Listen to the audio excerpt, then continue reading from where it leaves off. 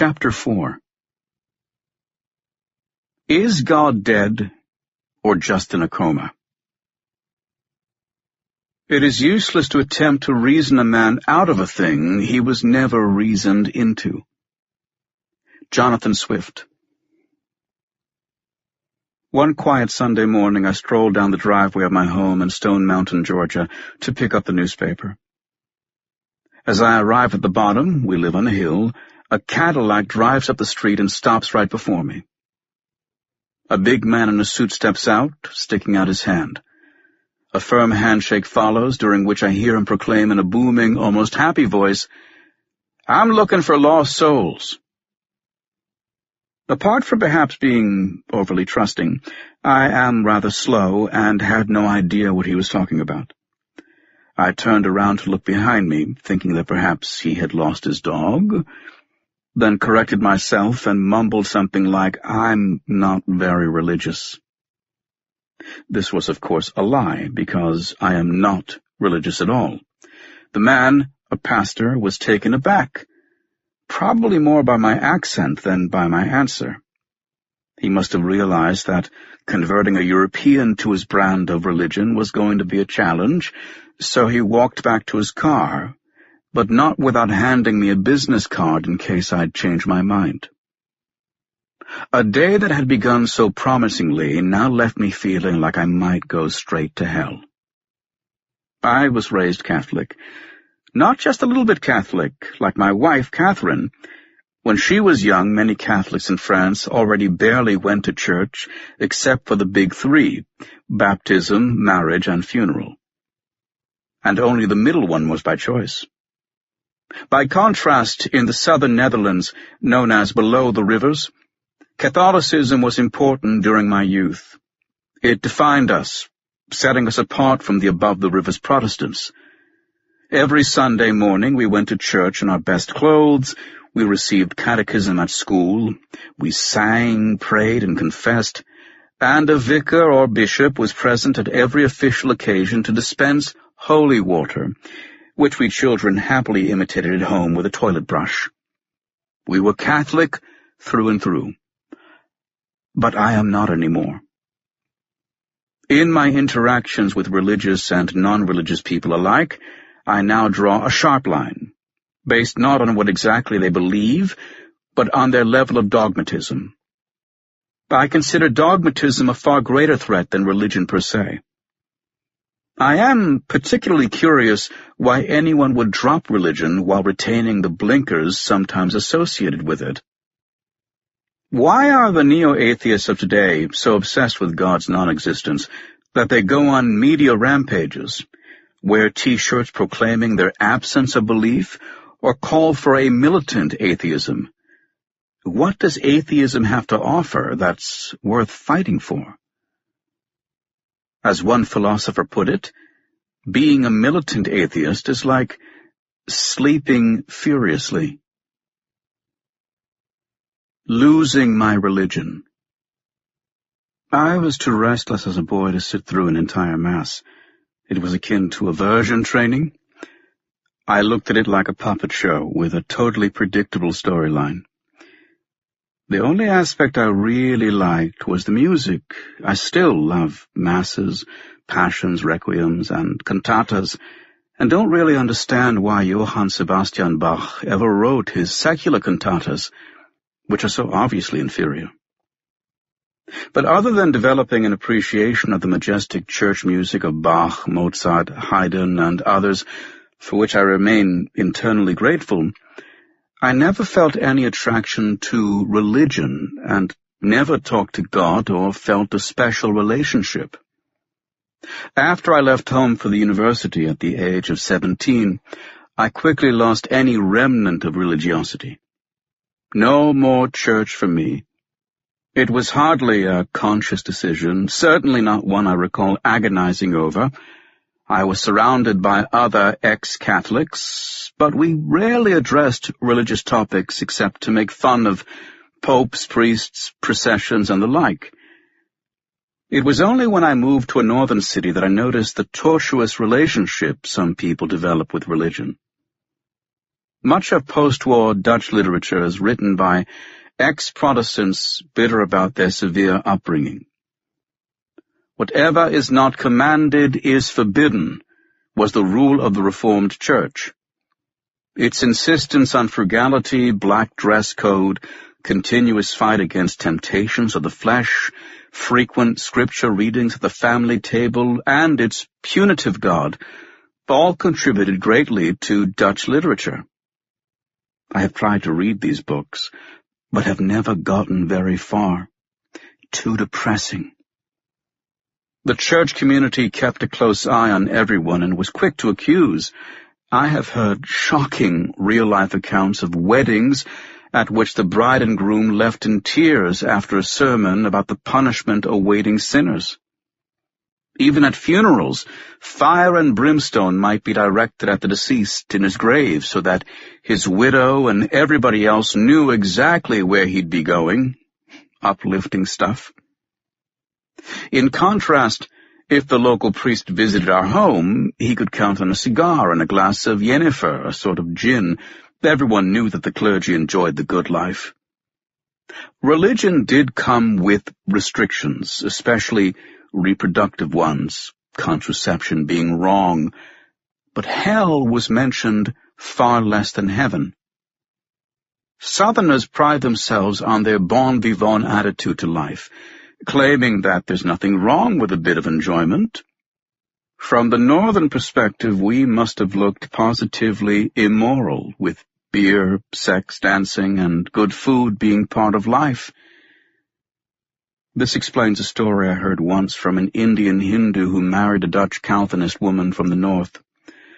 Although the woman's parents didn't have the faintest idea what a Hindu was, they were relieved when their new son-in-law was at least not Catholic.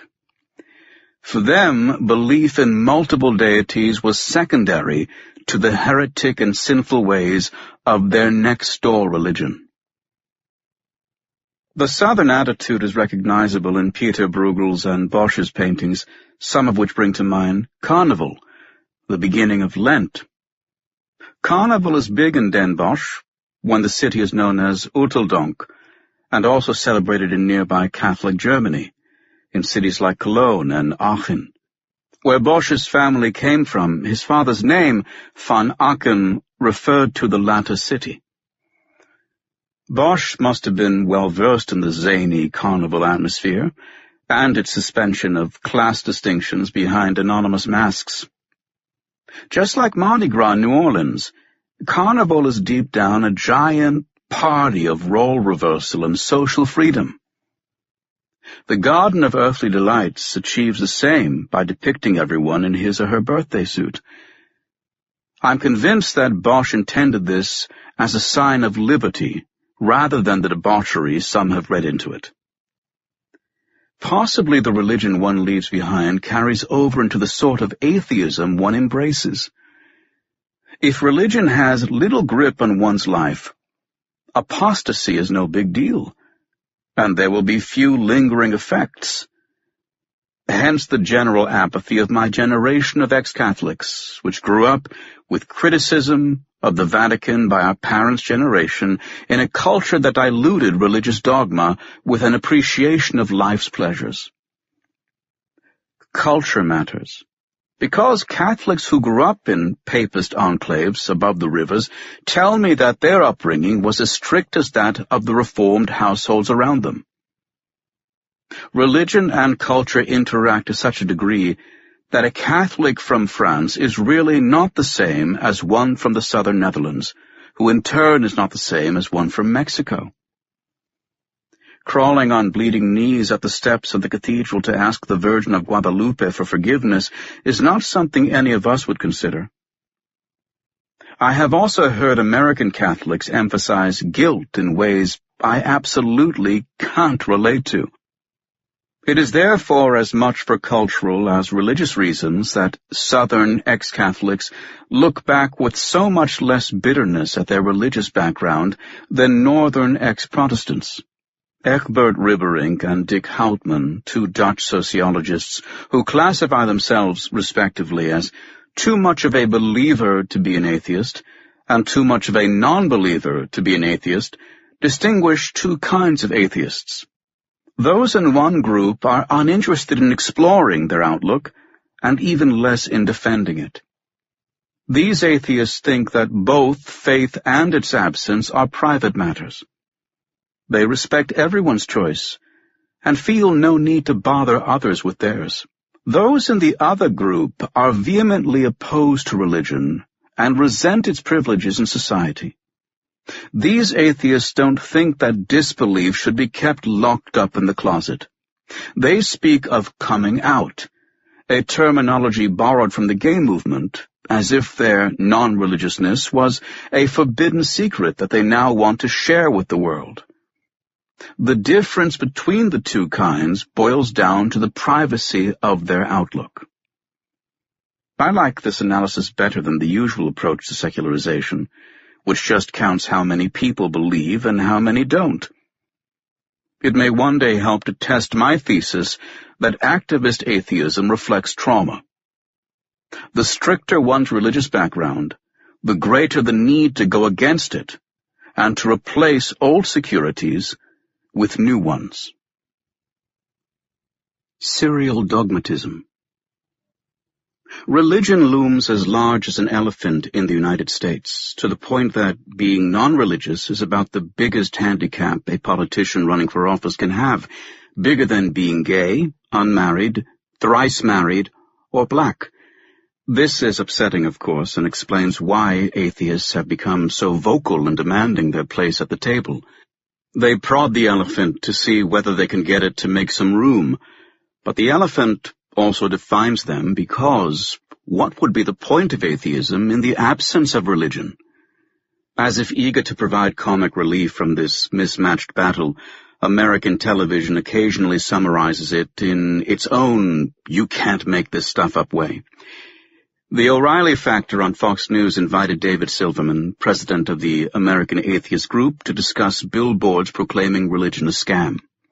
Throughout the interview, Silverman kept up a congenial face, claiming that there was absolutely no reason to be troubled, since all that his billboards do is tell the truth. Everybody knows religion is a scam. Bill O'Reilly, a Catholic, expressed his disagreement and clarified why religion is not a scam. Tide goes in, tide goes out. Never a miscommunication. You can't explain that. This was the first time I had heard the tides being used as proof of God.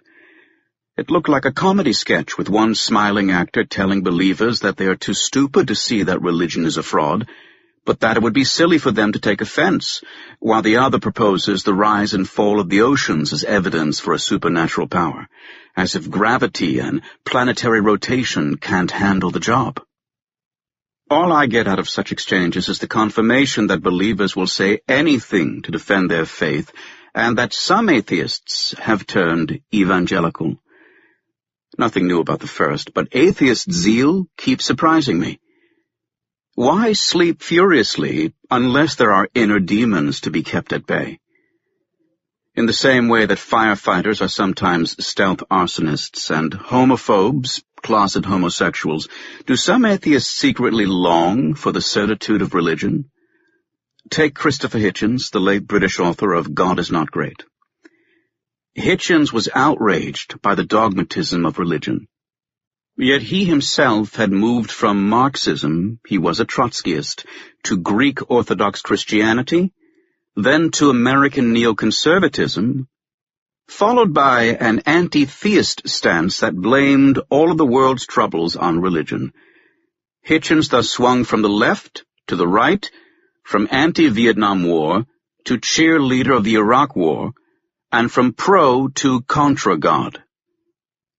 He ended up favoring Dick Cheney over Mother Teresa. Some people crave dogma, yet have trouble deciding on its contents. They become serial dogmatists.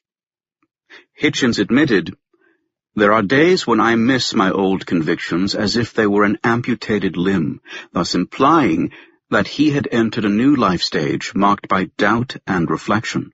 Yet all he seemed to have done was sprout a fresh dogmatic limb. Dogmatists have one advantage. They are poor listeners. This ensures sparkling conversations when different kinds of them get together, the way male birds gather at leks to display splendid plumage for visiting females. It also makes one believe in the argumentative theory, according to which human reasoning didn't evolve for the sake of truth, but rather to shine in discussion. Universities everywhere have set up crowd-pleasing debates between religious and anti-religious intellectual giants. One such debate took place in 2009 at a large science festival in Puebla, Mexico. My own contribution concerned a different, more scientific session, but I sat in the audience of 4,000 when we were being warmed up for the ultimate war of words. Asked whether they believed in God, about 90% of the people raised their hand in affirmation. The debate itself was set up in a distinctly unintellectual fashion. The stage showed a boxing ring, ropes around poles, red boxing gloves dangling in the corner, and the speakers walked one by one onto stage to martial music. They were the usual suspects. Apart from Hitchens, we got Dinesh D'Souza, Sam Harris, the philosopher Dan Dennett, and Rabbi Shmuley Boteach. I would be surprised if a single member of the audience changed his or her mind as a result of the debate, either from believer to non-believer or the other way around. We learned that religion is the source of all evil and inferior to science as a guide to reality, but also that without religion there would be no morality and no hope for those who fear death. Without God, moral rules are nothing but euphemisms for personal taste, exclaimed the rabbi, waving his hands above his head as if throwing pizza dough. Others spoke in a humorless, almost menacing tone, as if anyone who'd ignore their message would inevitably get into trouble. God isn't a fun topic. The circus-like atmosphere left me with my original question about evangelical atheists. It's easy to see why religions try to recruit believers. They are large organizations with monetary interests that do better the more people join them. They erect cathedrals, like the one I visited in Puebla, and chapels like the Capilla del Rosario with its 23.5-carat gilded stucco. I've never seen such a blindingly ornate interior, probably paid for by generations of poor Mexican farmers. But why would atheists turn messianic? And why would they play off one religion against another? Harris, for example, biliously goes after the low-hanging fruit of Islam, singling it out as the great enemy of the West. Throw in a few pictures of burqas, mention infibulation, and who will argue with your revulsion of religion? I'm as sickened as the next person, but if Harris's quest is to show that religion fails to promote morality, why pick on Islam? Isn't genital mutilation common in the United States, too, where newborn males are routinely circumcised without their consent? We surely don't need to go all the way to Afghanistan to find valleys in the moral landscape. If some religions are worse than others, then some must be better. I'd love to hear the atheist perspective on what makes for a good religion, or the reason why different religions support different moralities. Could it be that religion and culture interact to the point that there is no universal morality? Instead of pondering such problems, audiences are stirred up to abhor practices alien to them, which is about as easy as making them squirm at a chainsaw murder. Then there is the persistent myth that science trumps religion in every possible way, and that science distracts from religion and vice versa, as in a zero-sum game. This approach goes back to 19th-century American polemists, who famously declared that if it were up to religion, we'd still believe in a flat earth. This is pure propaganda, however. Speculation about our planet's roundness began with Aristotle and other ancient Greeks, and every major scholar during the so-called Dark Ages was fully aware of it. Dante's Divine Comedy portrays the earth as a sphere, and the exterior panel of Bosch's garden triptych takes an in-between approach by showing a flat earth floating in a transparent ball surrounded by a black cosmos. When it comes to evolution, too, there is a tendency to point at religion as a solid opponent while ignoring that the Roman Catholic Church never formally condemned Darwin's theory or put his works on the Index, the list of forbidden books. The Vatican has endorsed evolution as a valid theory compatible with the Christian faith.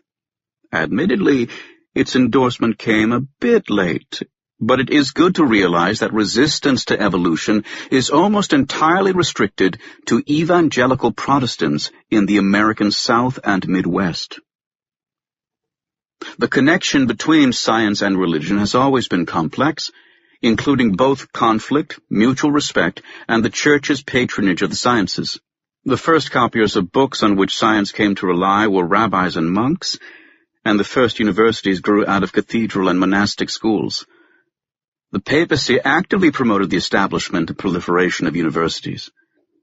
At one of the first ones in Paris, students cut their hair in tonsure to show allegiance to the Church, and the oldest document in the archives of Oxford University is its award of the papal legate in 1214. Given this intertwinement, most historians stress dialogue or even integration between science and religion. Neo-atheists keep pitting the two against each other, however. Their audiences pee in their pants with delight when the flat earth canard gets trotted out. This is not to say, however, that religious narratives are much better. They, too, play fast and loose with the facts. In Puebla, de Souza featured near-death experiences as scientific proof of the afterlife. After a brush with death, some patients report having floated outside of their bodies or having entered a tunnel of light. This surely seems bizarre, but de Souza failed to bring up new neuroscience of a small brain area known as the temporoparietal junction, TPJ. This area gathers information from many senses, visual, tactile, and vestibular, to construct a single image of our body and its place in the environment. Normally, this image is nicely coherent across all senses, so that we know who and where we are. The body image is disturbed, however, as soon as the TPJ is damaged or stimulated with electrodes. Scientists can deliberately make people feel that they are hovering above their own body or looking down on it, or have them perceive a copy of themselves sitting next to them like a shadow. I looked younger and fresher than I do now. My double smiled at me in a friendly way.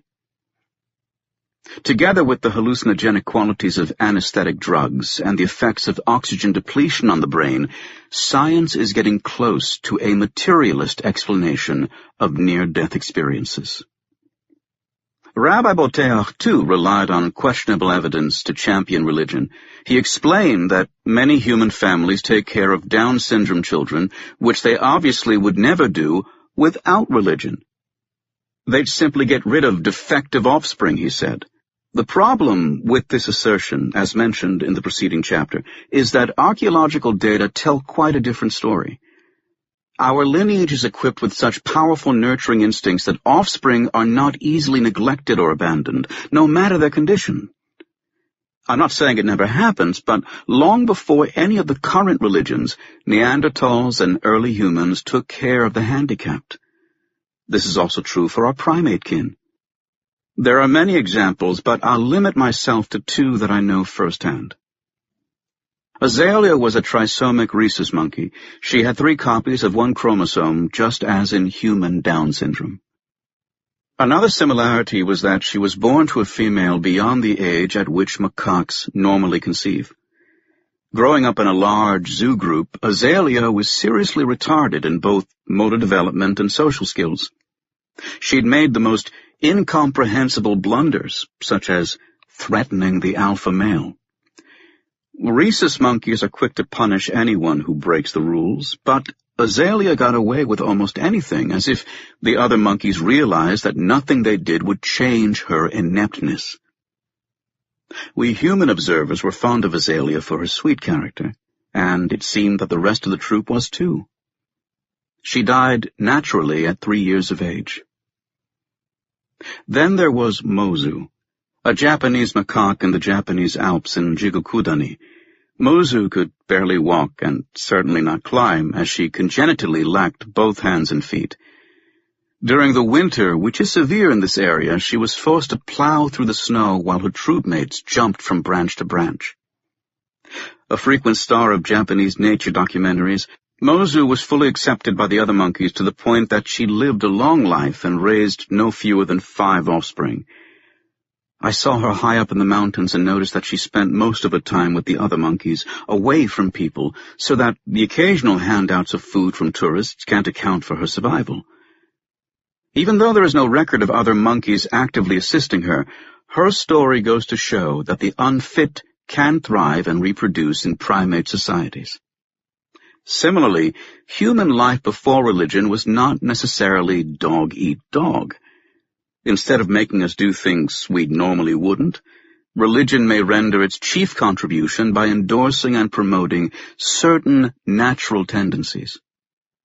This is obviously a much more modest contribution than what the rabbi had in mind. Dogmatists pound their drums so hard that they can't hear one another. Their audiences, on the other hand, are unaware of the traveling dog and pony shows featuring the same adversaries over and over, who simulate surprise and gotcha moments. The only voice of reason in Puebla was that of Dan Dennett, who spoke about religion not as something hateful, but rather as a phenomenon that begs investigation as part of human society, human nature even. Clearly religion is man-made, so the question is, what good does it do for us?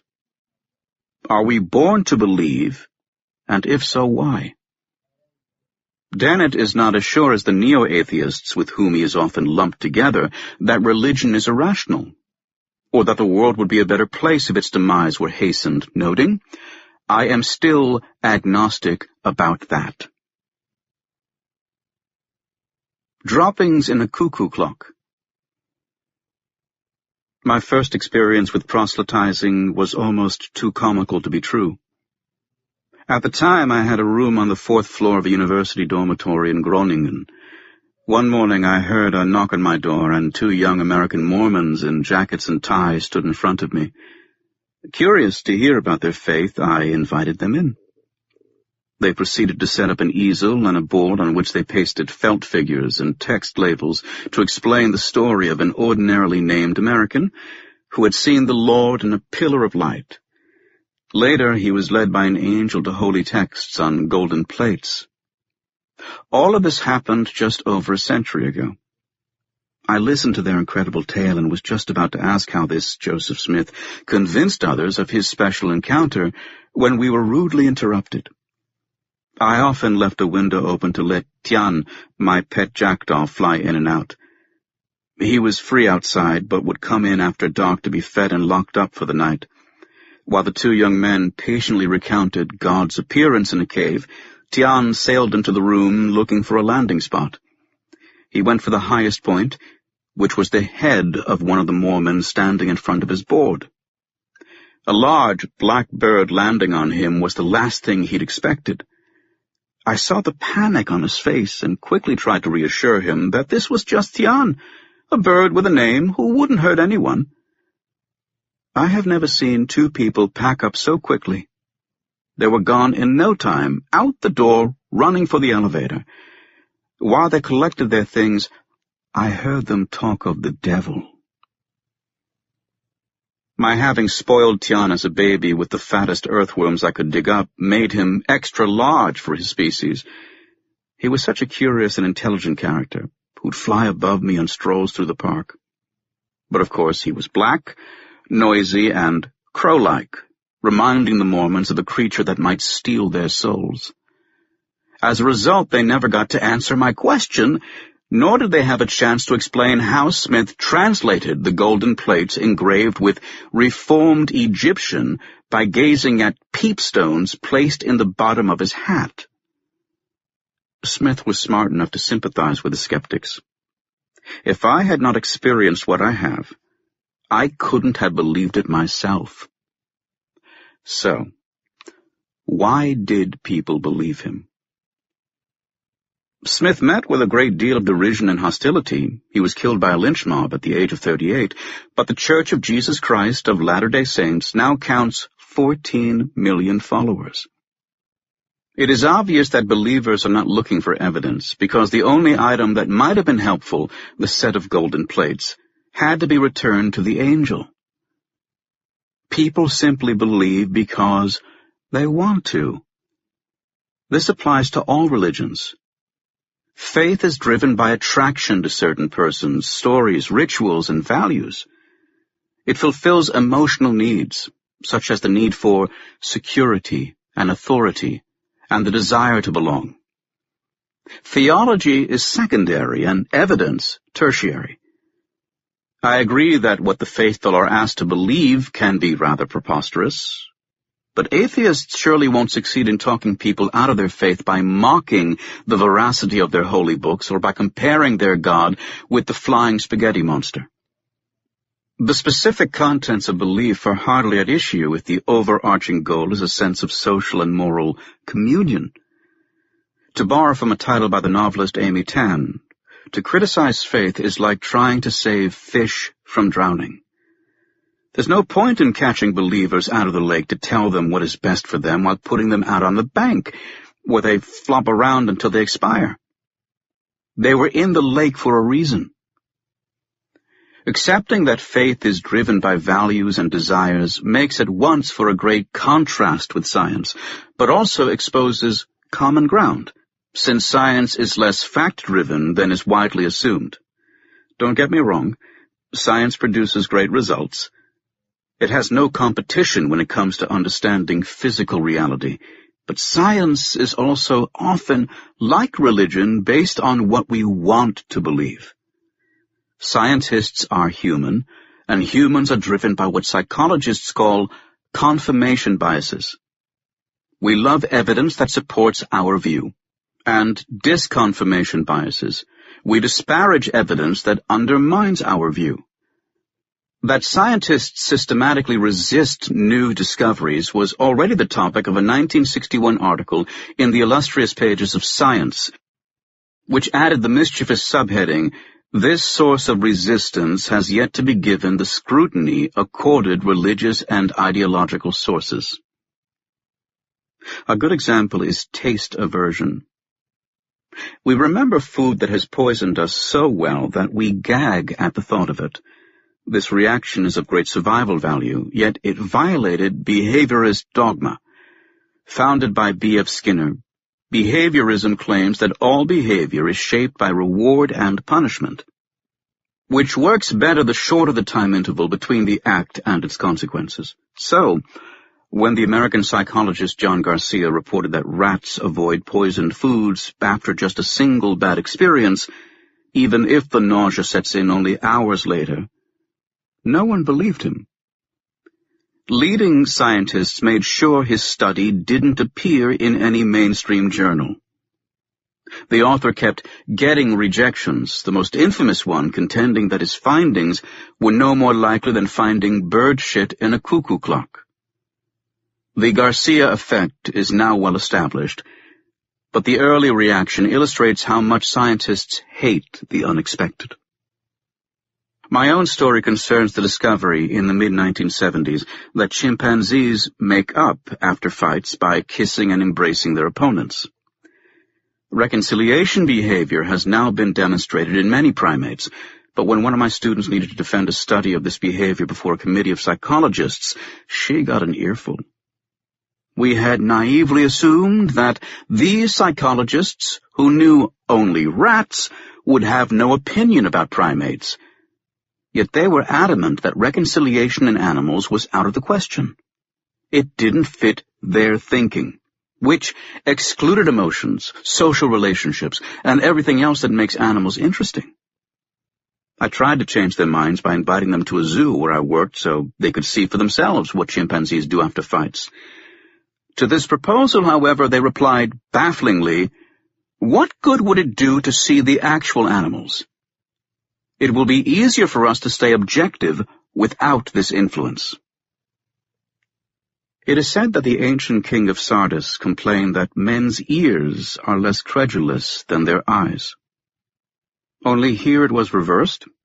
These scientists feared that their eyes might tell them something they didn't want to hear. Like the rest of humanity, scientists apply flight or fight responses to data. They go for the familiar and avoid the unfamiliar. I have to think of this each time I hear neo-atheists claim that their God denial makes them smarter than believers and rational like scientists. They like to present themselves as emotion-free, just the facts, ma'am kind of thinkers. In a column in USA Today, Jerry Coyne, a fellow biologist and self-declared new atheist, yes, new as in wildebeest, which is Dutch for wild beast, called faith and science utterly incompatible for precisely the same reason that irrationality and rationality are. He then proceeded to draw little aureoles around the heads of scientists. Science operates by using evidence and reason.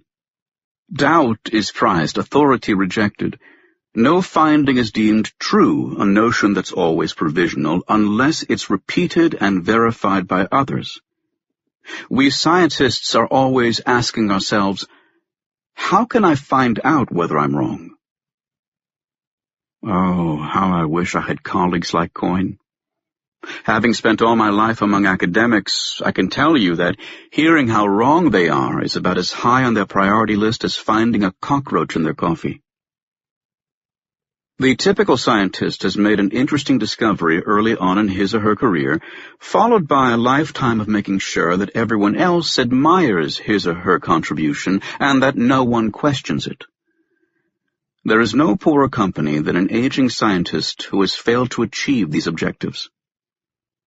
Academics have petty jealousies, cling to their views long after they become obsolete, and are upset every time something new comes along that they failed to anticipate. Original ideas invite ridicule or are rejected as ill-informed. As the neuroscience pioneer Michael Gazzaniga complained in a recent interview, there is a profound inhibitory effect on new ideas by people and ideas that got there first, telling their story over and over while new observations struggle up from the bottom. The old line that human knowledge advances one funeral at a time seems to be so true. This is more like the scientists I know. Authority outweighs evidence, at least for as long as the authority lives. There is no lack of historical examples, such as resistance to the wave theory of light, to Pasteur's discovery of fermentation, to continental drift, and to Röntgen's announcement of X-rays, which was initially declared a hoax. Resistance to change is also visible when science continues to cling to unsupported paradigms, such as the Rorschach ink blot test, or keeps touting the selfishness of organisms despite contrary evidence. Scientists praise the plausibility and beauty of theories, making value judgments on the basis of how they think things work or ought to work. Science is in fact so value-laden that Albert Einstein denied that all we do is observe and measure, saying that what we think exists is a product almost as much of theory as of observation. When theories change, observations follow suit. If faith makes people buy an entire package of myths and values without asking too many questions, scientists are only slightly better. We also buy into a certain outlook without critically weighing each and every underlying assumption and often turn a deaf ear to evidence that doesn't fit. We may even, like the psychologists on my students' committee, deliberately turn down a chance to get enlightened. But even if scientists are hardly more rational than believers, and even if the entire notion of unsentimental rationality is based on a giant misunderstanding, we cannot even think without emotions. There is one major difference between science and religion. This difference resides not in the individual practitioners, but in their culture. Science is a collective enterprise with rules of engagement that allow the whole to make progress, even if its parts drag their feet. Darwinists deserve a Darwin Award. What science does best is to incite competition among ideas. Science instigates a sort of natural selection so that only the most visible ideas survive and reproduce. As an example, let's say that I believe that life is passed on through little homunculi inside sperm. You, in contrast, believe it's done by mixing the traits of both parents. Along comes an obscure Moravian monk fond of peas. By cross-pollinating pea plants, he shows that traits pass from both parents to their offspring, yet remain fully separate. They can be dominant, recessive, homozygote, or heterozygote. What ridiculous complexity! The homunculus idea was nice and simple, but couldn't explain why offspring often look like their mother. The blending of traits sounded great too, but would inevitably kill off variation because the entire population would converge on some average. At first, the monk's work was criticized, then ignored and forgotten. Science was simply not ready for it. Fortunately, it was rediscovered decades later. The scientific community compared ideas, looked at evidence, listened to arguments, and began to favor the monk's explanation. Since his experiments were successfully replicated, Gregor Mendel is now celebrated as the founder of genetics. In comparison, religion is static. It does change with a changing society, but rarely as a result of evidence. This sets up a potential conflict with science, such as the never-ending clash about evolution. The real point of contention in this particular case is relatively minor, however, at least for the biologist. How humans relate to the rest of nature is hardly the core of evolutionary theory, yet it constitutes the main stumbling block for religious detractors. One rarely hears objections to the evolution of plants, bacteria, insects, or other animals. It's all about our own precious species. If we weren't put on earth by God, so the thinking goes, we'd lack purpose. To understand this obsession with human origins, keep in mind that the Judeo-Christian tradition arose with little or no awareness of other primates. Desert nomads knew only antelopes, snakes, camels, goats, and the like. No wonder that they saw a yawning gap between human and animal, and reserved the soul just for us. Their descendants were shocked to the core of their beliefs when, in 1835, the first live anthropoid apes went on display at the London Zoo. People were offended, unable to hide their disgust. Queen Victoria judged the apes painfully and disagreeably human. Human exceptionalism is still very much alive in the social sciences and the humanities. They remain so resistant to comparisons of humans with other animals that even the word other bothers them. The natural sciences, in contrast, having suffered less religious contamination, march inexorably toward ever greater human-animal continuity. Carl Linnaeus placed Homo sapiens firmly within the primate order. Molecular biology revealed human and ape DNA to be nearly identical, and neuroscience has yet to find a single area in the human brain without an equivalent in the monkeys. It is this continuity that is controversial. If we biologists could just debate evolution without ever mentioning humans, no one would lose a night's sleep over it. It would be like our discussing how chlorophyll works, or whether the platypus counts as a mammal. Who cares? I was largely unaware of evolution skepticism before coming to the United States, and quickly categorized it with other incomprehensible national penchants, such as love of guns and contempt for soccer. That evolution denial is as American as apple pie became clear again in 2011 when 49 of the 51 Miss USA pageant contestants answered the question, should evolution be taught in schools, by hedging their bets. The jury is still out on evolution, they said, and there are so many religious views and scientific theories that it's better to teach all sides. Miss Alabama even felt that evolution should flat out not be taught at all. In the case of divine justice, the title was won by Miss California, who explicitly endorsed evolution, saying she was a huge science geek. No less than 30% of Americans read the Bible as the actual Word of God. But this is still only half of those who feel that the Bible is either an inspired text not intended to be taken literally, or a book of legends and moral precepts. This is great to know for those trying to get an evolutionary message across. The non-literalist majority is, or should be, their target audience, since they are most likely to listen. Except, of course, if the discussion opener is a slap in the face. Unfortunately, all this talk about how science and religion are irreconcilable is not free of consequences. It tells religious people that, however open-minded and undogmatic they may be, worthy of science they are not. They will first need to jettison all beliefs held dear. I find the neo-atheist insistence on purity curiously religious. All that is lacking is some sort of baptism ceremony at which believers publicly repent before they join the rational elite of non-believers.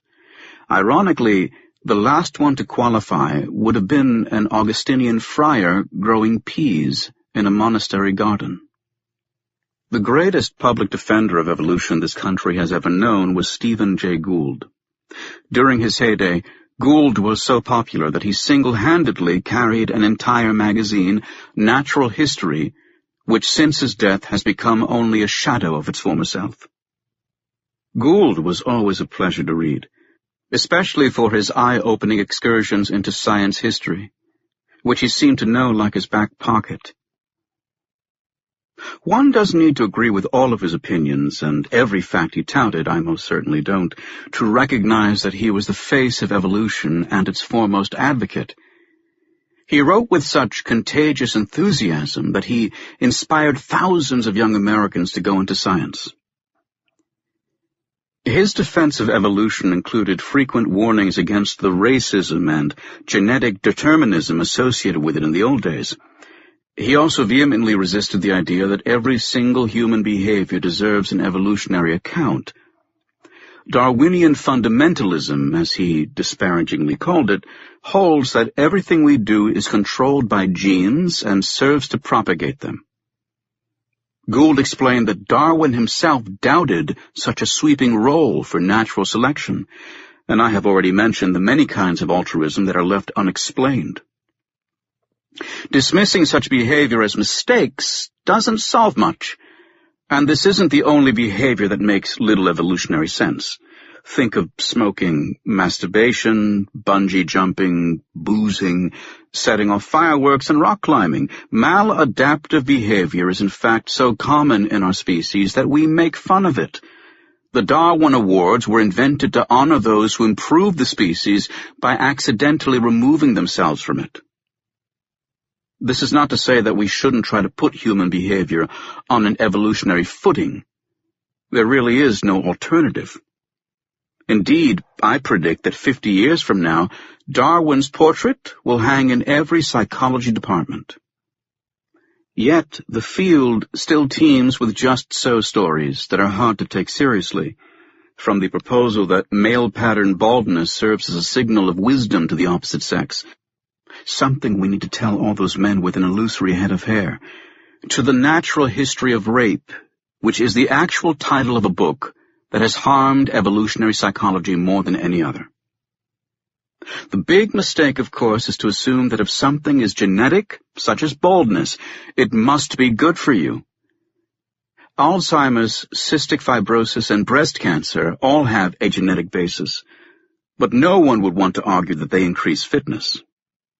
In the case of rape, however, we don't even have a genetic basis to work with. There is no evidence whatsoever that sexual violence is heritable. Still, this didn't stop Randy Thornhill and Craig Palmer from speculating about its evolutionary benefits. Extrapolating straight from the sexual behavior of flies, the authors proposed that men rape in order to spread their genes.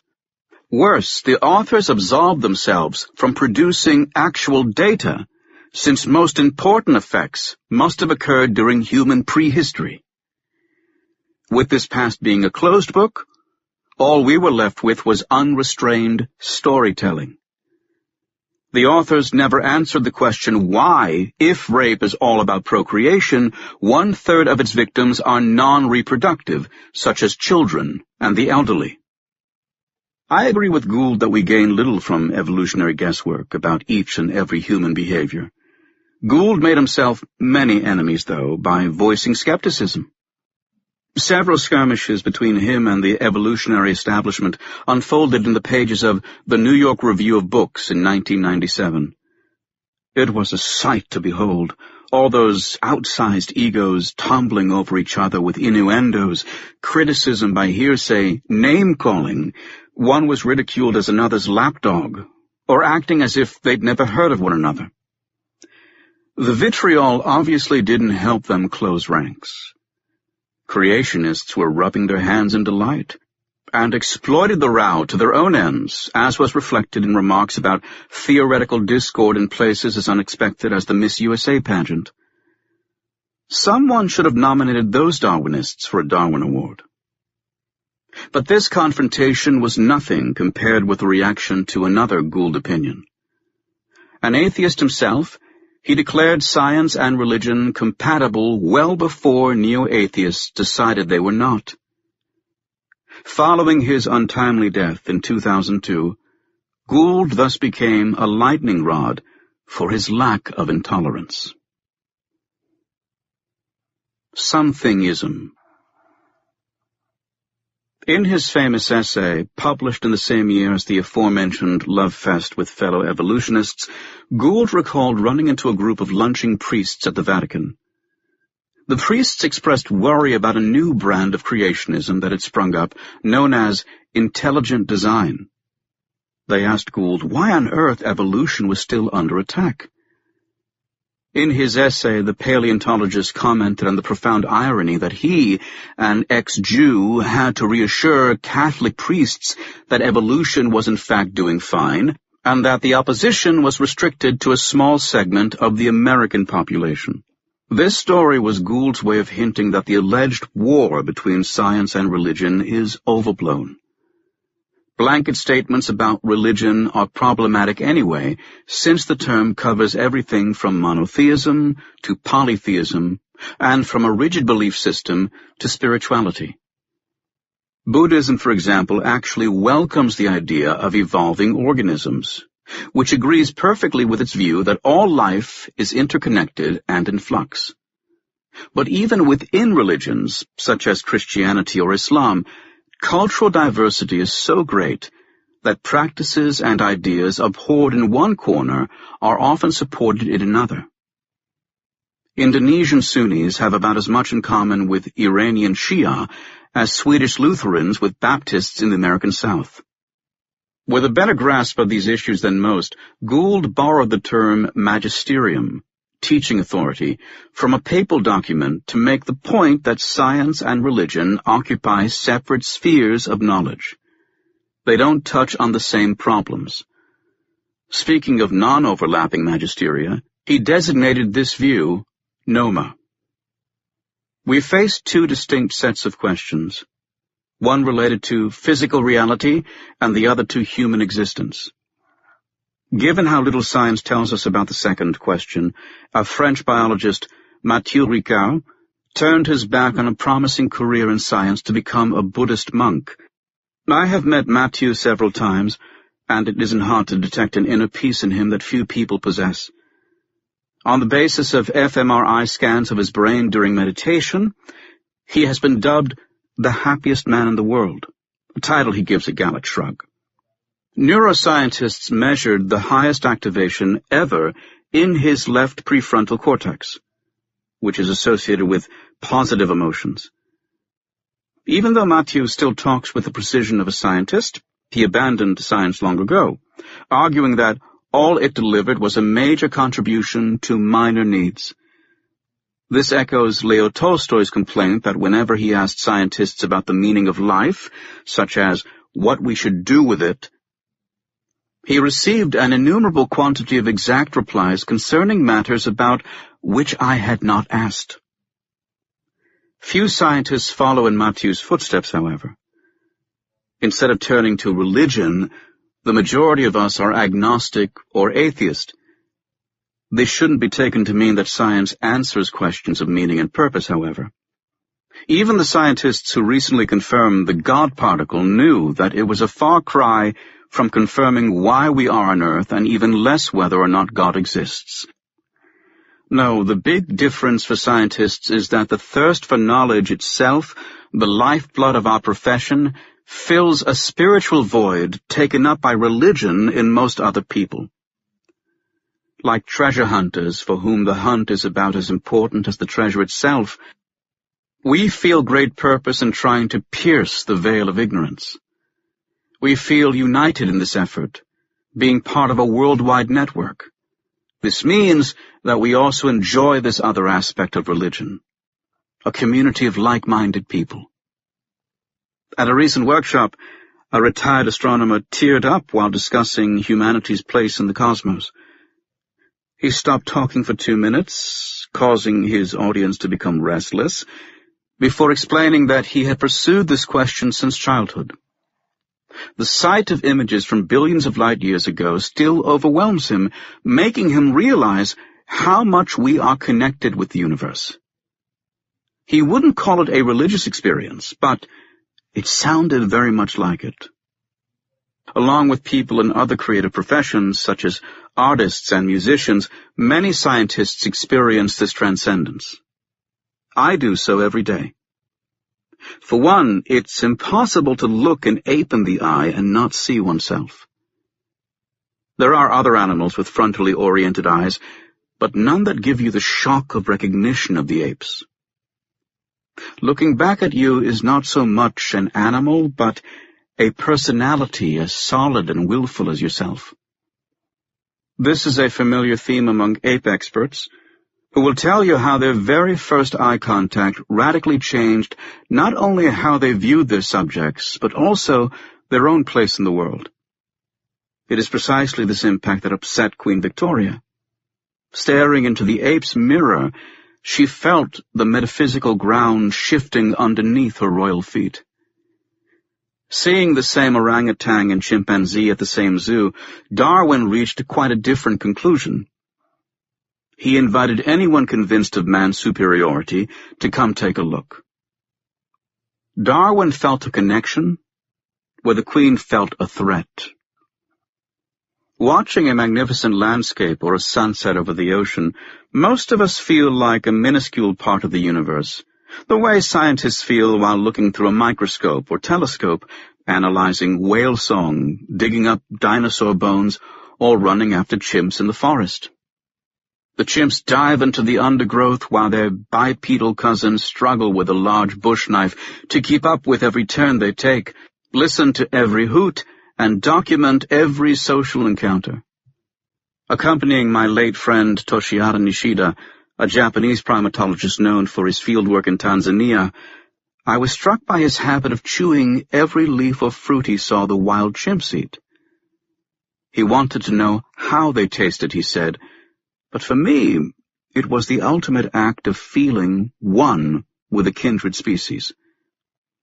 The same identification was at play when a young British primatologist, Fiona Stewart, did what no one had done before: sleep in tree nests built by chimpanzees. Nests had always been studied from the ground, with binoculars, but Stewart spent the night in them. She discovered advantages over sleeping on the ground, such as a deeper sleep and fewer insect bites. Other scientists trailed dolphins in speedboats, having given each one a name and recognizing them by their fins. Or they fly ultralight aircraft followed by fledgling whooping cranes in order to introduce them to the air. All of this rests on attraction to the natural world, which often started early in life. Specialized knowledge about a tiny section ties us to its grandeur and complexity, which spreads in all directions, across all degrees of magnification, and across endless time. We are in awe of the mysteries we seek to decipher, which deepen with every layer we peel away. I therefore fully understood how a prominent cell biologist, Ursula Goodenough, could write a book entitled The Sacred Depths of Nature, or how Einstein could believe in Spinoza's God. Baruch Spinoza, a 17th-century philosopher from Amsterdam, picked up skeptical strands of thought that had been around in the Netherlands since the days of Bosch and Erasmus, crystallizing them into an impersonal God. Not the traditional omniscient father figure in the sky, but an abstract, supernatural force tied to nature. He thus laid the groundwork for a rationalist worldview in which Scripture represents not the Word of God, but merely the opinion of human mortals. His message was not well received, to say the least, and Spinoza was excommunicated from his Sephardic Jewish community. Einstein subscribed to Spinoza's God, but had no hostility toward religion, saying about its pervasiveness that a belief seemed to him preferable to the lack of any transcendental outlook of life. As it was with Gould, tolerance is key. Dogmatism closes the mind, whether it is the blindness of biblical literalists for science or the self-righteousness of some atheists. A recent illustration is the palace coup against Paul Kurtz, writer of the internationally celebrated Humanist Manifesto and founder of the Center of Inquiry. The legendary 85-year-old became persona non grata in his own organization for not supporting Blasphemy Day and other silly ways to mock religion. This is how Kurtz himself explained the situation. They wanted to be hard on religion. Now, I don't like God. I think she's a myth. I don't think there's evidence for her. But on the other hand, many people believe in religion. Although I believe in criticizing them, I don't hate them. I'm not nasty towards them. So there's a difference in how you deal with religion. Many of my colleagues, I call them former altar boys, so hated religion that they couldn't help expressing that. Kurtz's altar boy reference hints at the serial dogmatism mentioned earlier, which simply redraws the boundaries of intolerance. Anti-something movements will go the way of the dodo, however, unless they manage to replace what they dislike with something better. They will need to come up with a viable alternative. No secular movement can get around Tolstoy's questions. The increasingly secular Dutch even coined a word for this: Ietsism. Ism is the same as in English, and iets means something. The typical Ietsist doesn't believe in a personalized God, and follows no traditional religion, yet thinks there must be more between heaven and earth than what meets the eye. There must be something. The enemy of science is not religion. Religion comes in endless shapes and forms, and there are tons of faithful people with an open mind who pick and choose only certain parts of their religion and have no issue with science whatsoever. The true enemy is the substitution of thought, reflection, and curiosity with dogma. The God debate in Puebla is intellectually dishonest and sanctimonious on both sides. Where do people get convictions stronger than anything I have ever experienced in my life? What is their secret? Convictions never follow straight from evidence or logic. Convictions reach us through the prism of human interpretation. As a French philosopher aptly summarized, strictly speaking, there is no certainty. There are only people who are certain. Let me therefore close this chapter with a quotation from John Steinbeck, the American novelist, since it illustrates the other side, the seeking, wondering, and pondering human mind, open to any and all influences. This is the mind that has driven us forward through the ages despite the intellectual ossification humans are prone to. Steinbeck depicts science and religion as equivalent forms of holistic knowledge. He probably would have agreed with Goodenough that the membrane separating Gould's two magisteria is semi-permeable. Like so many of our body's membranes, it lets chemicals through in both directions, After all, science has the potential to affect our social and moral outlook, such as when it promotes environmental awareness or invents a pill that offers women sexual freedom. Conversely, existential questions feed into science, as in the debate about humane versus medical considerations in the treatment of patients. Should we keep everyone alive for as long as we can is not a question that science can answer. In many areas, it is hard to tell where our worldview ends and science begins, and vice versa. We need to step beyond a simple dichotomy between the two and consider the whole of human knowledge. Steinbeck tried his hand at it in the following passage from the log from the Sea of Cortez, about a scientific expedition along the Pacific coast.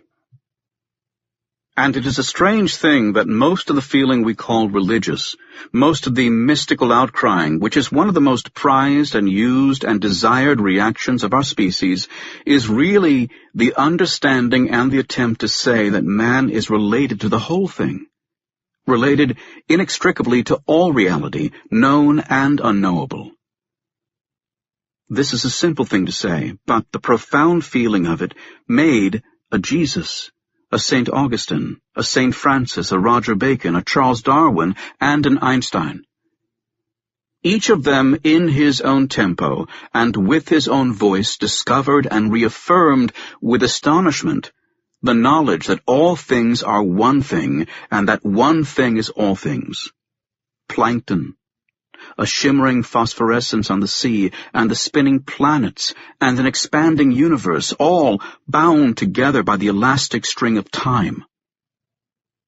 It is advisable to look from the tide pool to the stars, and then back to the tide pool again.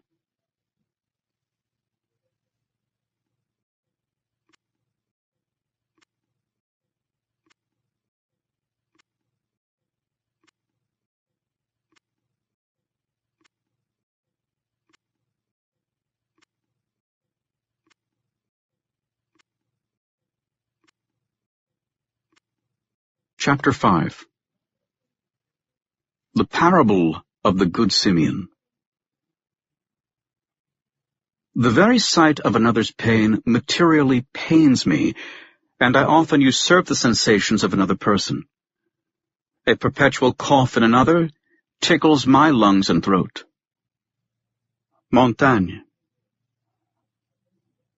Elephants are easily underestimated. I surely was guilty of doing so in regard to their use of tools. All I'd ever seen them do is pick up a stick to scratch their behind. I had also watched them throw dirt. This happened every time when jackdaws tried out their spring song on the fence around the elephant enclosure at a zoo where I worked. These birds are like the raven in La Fontaine's fable.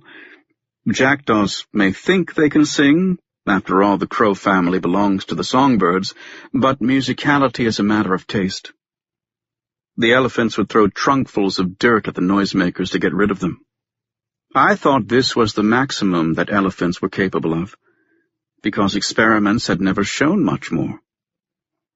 Scientists had offered pachyderms a long stick while placing food outside their reach to test whether they'd use the stick to retrieve it. This works well with primates, but elephants leave the stick alone. The conclusion was that they didn't understand the problem. It occurred to no one that perhaps we, the investigators, didn't understand the elephant. Unlike the primate hand, the elephant's grasping organ is at the same time its smelling organ. Elephants use their trunk not only to reach food, but also to sniff at it and touch it. Their trunk, especially the sensitive tip, is full of nerve endings. With their unparalleled sense of smell, the animals know exactly what they're going for. Vision is secondary. As soon as an elephant picks up a stick, however, its nasal passages are blocked. Even if the stick gets close to the food, it still impedes feeling or smelling. It would be like asking us to reach for something blindfolded. Except in a party game, we are reluctant to do so, and for good reason.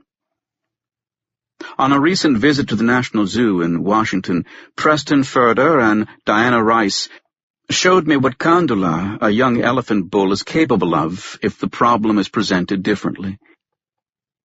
The scientists hung branches with fruits high up above the enclosure, just out of reach of Kandula.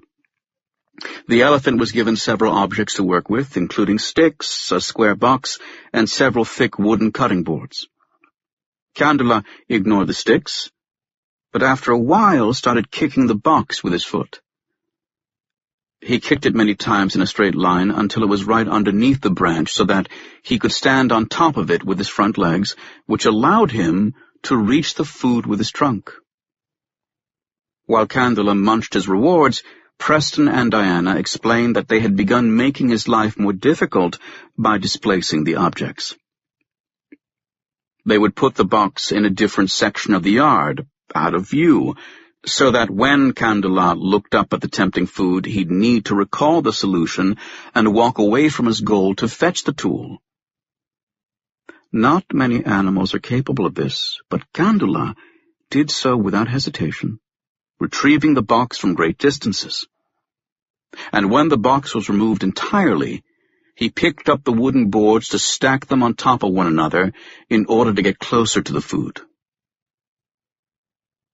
Kandula showed all the signs of cause-effect understanding, also known as the eureka moment, that is considered a sign of high intelligence. Clearly, we should first try to look at the world from another animal's perspective, even if this means picturing ourselves outfitted with a hose as a nose, before claiming that throwing dirt is all they are capable of. Another's welfare. This recalls an earlier time when Diana and I collaborated to see whether elephants recognize themselves in the mirror. Together with Josh Plotnick, then a student of mine, we conducted a study at New York's Bronx Zoo. Elephants had never before shown any signs that they knew what they saw in a mirror. Did they think it was another elephant, the way monkeys see another monkey? Only humans, apes, and dolphins were known to recognize their own reflection. Previous tests, however, had presented the largest land animal with a mirror far smaller than itself. This mirror had been placed at ground level outside the bars of an indoor cage. All that the elephant might have seen was 4 legs behind 2 layers of bars, since the mirror doubled them. The disappointing outcome had been taken to mean that elephants don't recognize themselves. We wondered, however, if there wasn't a better way of testing them. An expensive 8-by-8-foot elephant-proof mirror was put inside their outdoor enclosure so that they could feel, smell, and look behind it before exploring their reflection. Exploration is a necessary first step, also with chimps and children. Lo and behold, one Asian elephant named Happy recognized herself. She repeatedly rubbed a white cross on her forehead while standing in front of the mirror. She could know about this cross only by connecting her reflection with her own body. This is also the way self-recognition is tested in children, who usually show it before the age of 2. For elephants to join the self-aware animal elite was a big deal. The media headlines couldn't resist reference to a children's song, "She's happy and she knows it." Elephants turned out smarter than had been thought, but most importantly, the finding confirmed the limits of negative evidence. If you don't find tool use or signs of self-recognition in a given species, you still don't know what's going on. It could be that the animal is not up to the task, but it could equally well be that we are not up to the animal. We may be giving it the wrong tools or holding up the wrong mirror. This insight is reflected in the famous dictum of experimental psychology that absence of evidence is not evidence of absence. It is a point that bears repeating. If I walk through a forest here in Georgia and fail to see or hear the pileated woodpecker, am I permitted to conclude that this bird is absent? Of course not. I may just have missed it. We know how easily these splendid woodpeckers hop around tree trunks to stay out of sight. As big as crows, they glide through a woodlot like a vision, which is why early woodsmen called them the God Almighty. These birds are shy most of the time, however, and their laughing calls and drumming are heard only in certain seasons. If after multiple strolls I still haven't noticed them, all I can say is that I lack evidence. Perhaps the God Almighty isn't around, but I wouldn't bet my life on it.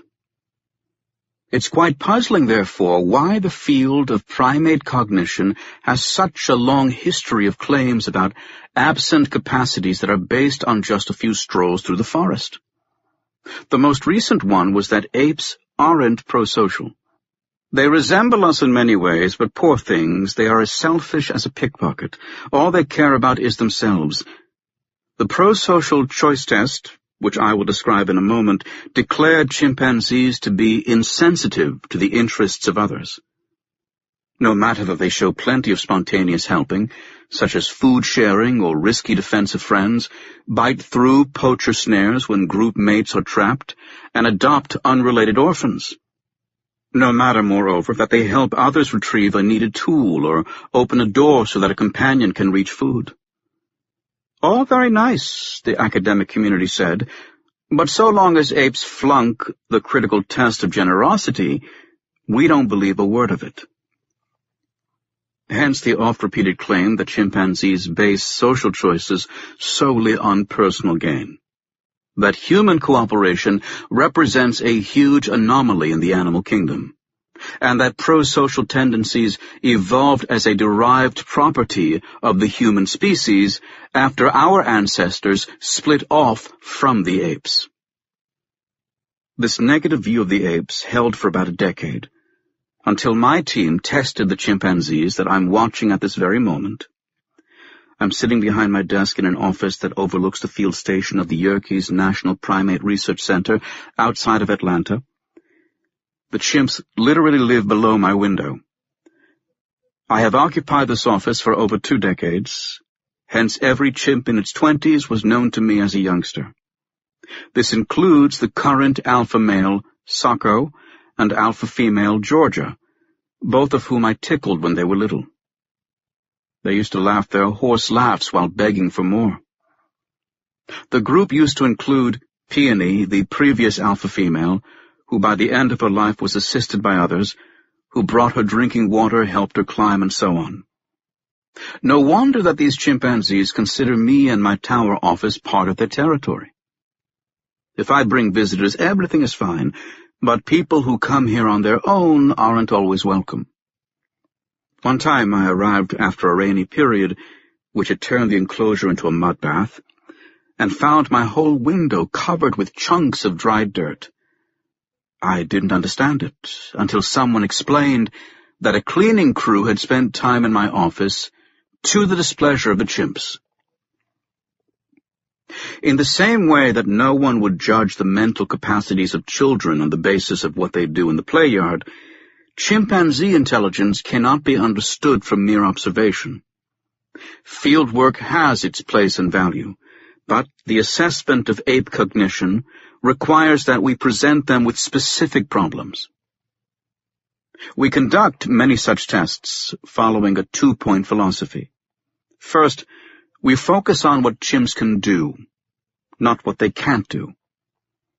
Given the problems with negative evidence, we just don't dwell on it. Second, we keep our experiments simple and intuitive. This is where experience with spontaneous behavior comes in handy, such as what I see them do every day looking up from my desk. We design tasks that chimps are interested in and find easy to handle. For example, instead of testing their willingness to imitate humans, we'd rather see what they do with each other. Chimps are not nearly as interested in us as we would like them to be, yet they eagerly pay attention to each other. They press their face close to that of another to follow each and every move, smell another's mouth, and even lay their hand on that of another who is performing a task, thus gaining kinesthetic feedback. Apes aren't particularly good at imitating humans, but we found that they love to ape apes, which is all that matters. Our chimp-friendly approach served us well while developing a new prosocial choice test. The test that chimpanzees had repeatedly failed involved an apparatus that delivered food to either one or both members of a pair. An ape was given the choice between pulling a lever to obtain food for himself or a different lever to reward both himself and a partner. This means that he could advantage the other without a cost to himself. The chimps pulled both levers equally, however, as if they didn't care. But obviously, it all depends on how well they understood the apparatus. Did they know how their choices affected their partner? We were skeptical. The way we often go about designing studies is to sit around during morning coffee. I lead a small team of 12 graduate students, postdoctoral scientists, and technicians. One member of the team will explain his or her experiment, and all of us will jump in with criticism, explaining why something might not work, suggesting alternatives, citing other studies, and so on. We go around many times, sometimes for months, until we have a design that seems at the right level for the apes. The same happened with the pro-social project. We first went over the details of previous studies. We noticed, for example, that the apes were often placed meters apart with more than one layer of glass between them. Producing food for themselves must have been clear enough, but could they tell what their partner was getting? We looked at pictures of the apparatus and were astonished by its complexity. If we couldn't figure out how it worked, wouldn't chimps have trouble too? We set out to eliminate all those issues. Vicky Horner, a scientist who knows chimpanzees inside out from both the field and captivity, modified a design used earlier with monkeys. It avoided an apparatus altogether. We placed the chimps close together, with just one layer of mesh between them, and wrapped their rewards of banana slices and butcher paper. This made it about as hard to eat in silence as it is to unwrap a bonbon unnoticed during a classical concert. We wanted to be sure the chimps knew about each other's food consumption. I remember the day we settled on the final plan, which we tried out in a mock-up with us as players. We imagined being chimps and going through the motions. Since we felt comfortable with the procedure, it was time to get to the proof of the pudding. Our chimps live in a spacious enclosure with grass and wooden climbing frames. We call them by name to enter a building, where we separate them according to plan. Everything is done on a volunteer basis, but since food is involved, they're eager. We face problems, however, that human psychologists never deal with. For example, if a female's genitals are swollen, she is a hot commodity for the males, who either refuse to let her go by blocking the entrance to the building, or stay outside while she enters but bang on the metal doors during the entire test. The amount of noise a motivated male can produce is frightening and obviously doesn't help concentration. Or a youngster may resist separation from its mother, coming in with her, so we can't test her alone. Then there are all the colds and illnesses, fights, bad weather days, and other interferences. Since we need to test multiple chimps multiple times before our results are conclusive, a study like this can easily take a year.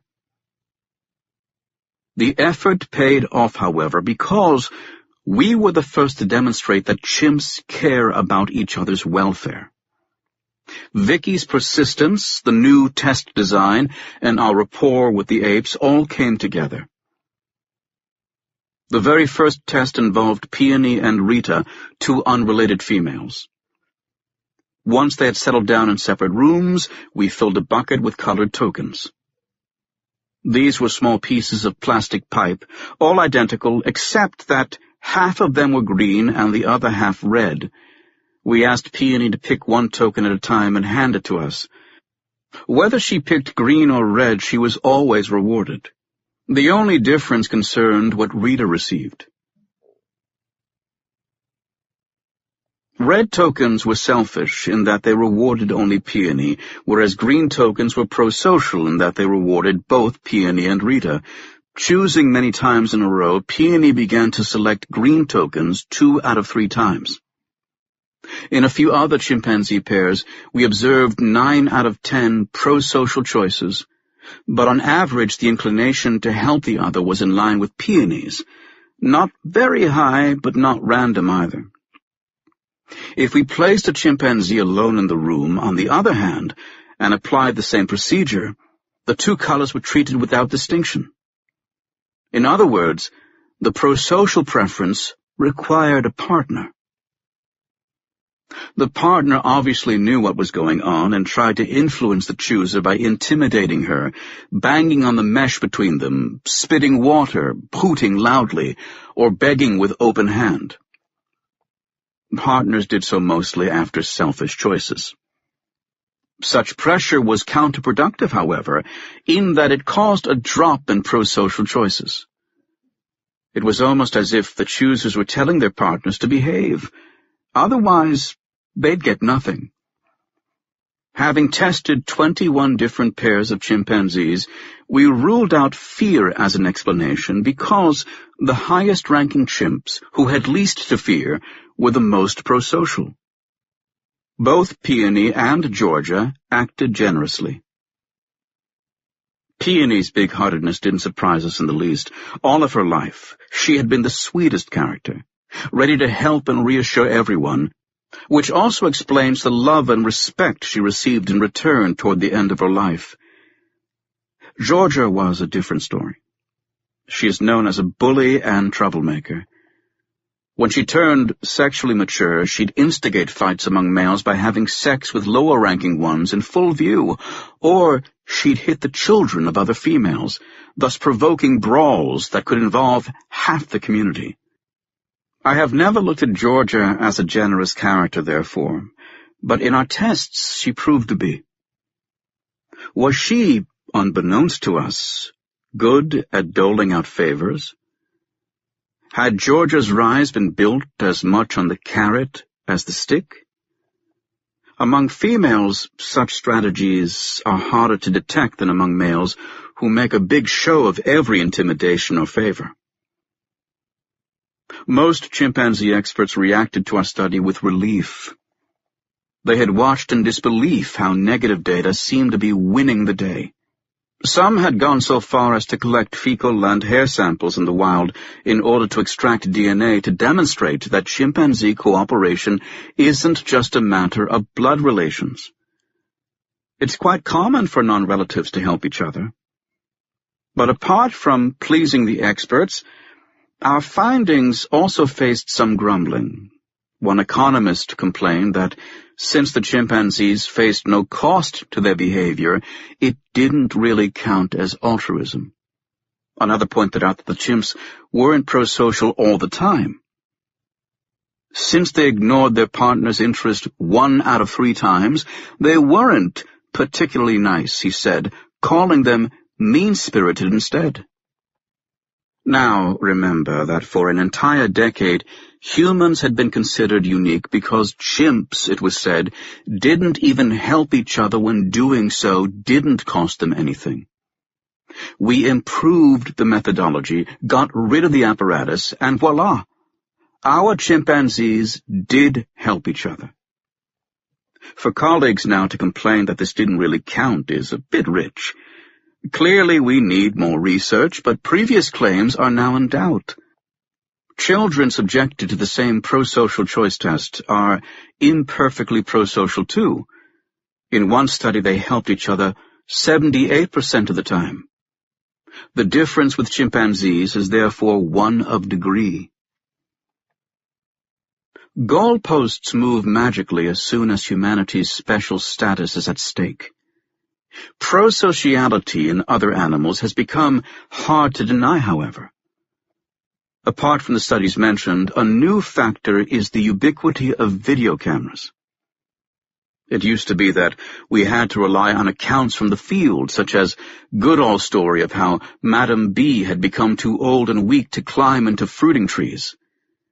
The aging chimp would patiently wait for her daughter to come down carrying fruits, one of which she'd place beside Madame B, upon which the two of them would contentedly eat together. We believed this kind of report without further evidence. But now we have dozens of intriguing videos on the Internet. Millions have watched The Battle at Kruger on YouTube, in which a buffalo herd saves a calf from lion claws, or the hero dog, who risks his life dragging a half-dead comrade off a busy highway in Santiago, Chile. There is also the dog who refuses to leave an injured companion after the recent Japanese tsunami. African elephants who pull a calf from a mud hole, and beluga whales at a Chinese zoo who save a human diver who stopped breathing at the bottom of a freezing tank. One beluga gently takes her in its mouth, the way a dog picks up a puppy, after which both whales push the diver to the surface. With contrary evidence so vividly on everyone's computer screen, the idea that only humans care about the welfare of others is rapidly losing steam. George's gratitude. You can't trust everything you see on YouTube, though. Another video shows synchronized swimming by goldfish. 4 fish move together like a military jet formation, keeping exact distances from each other, turning corners at the same time while moving across a shallow tank. They seem orchestrated by the hands of a magician floating above them. The video caused a public outcry when it was speculated that the fish had been fed small iron pellets.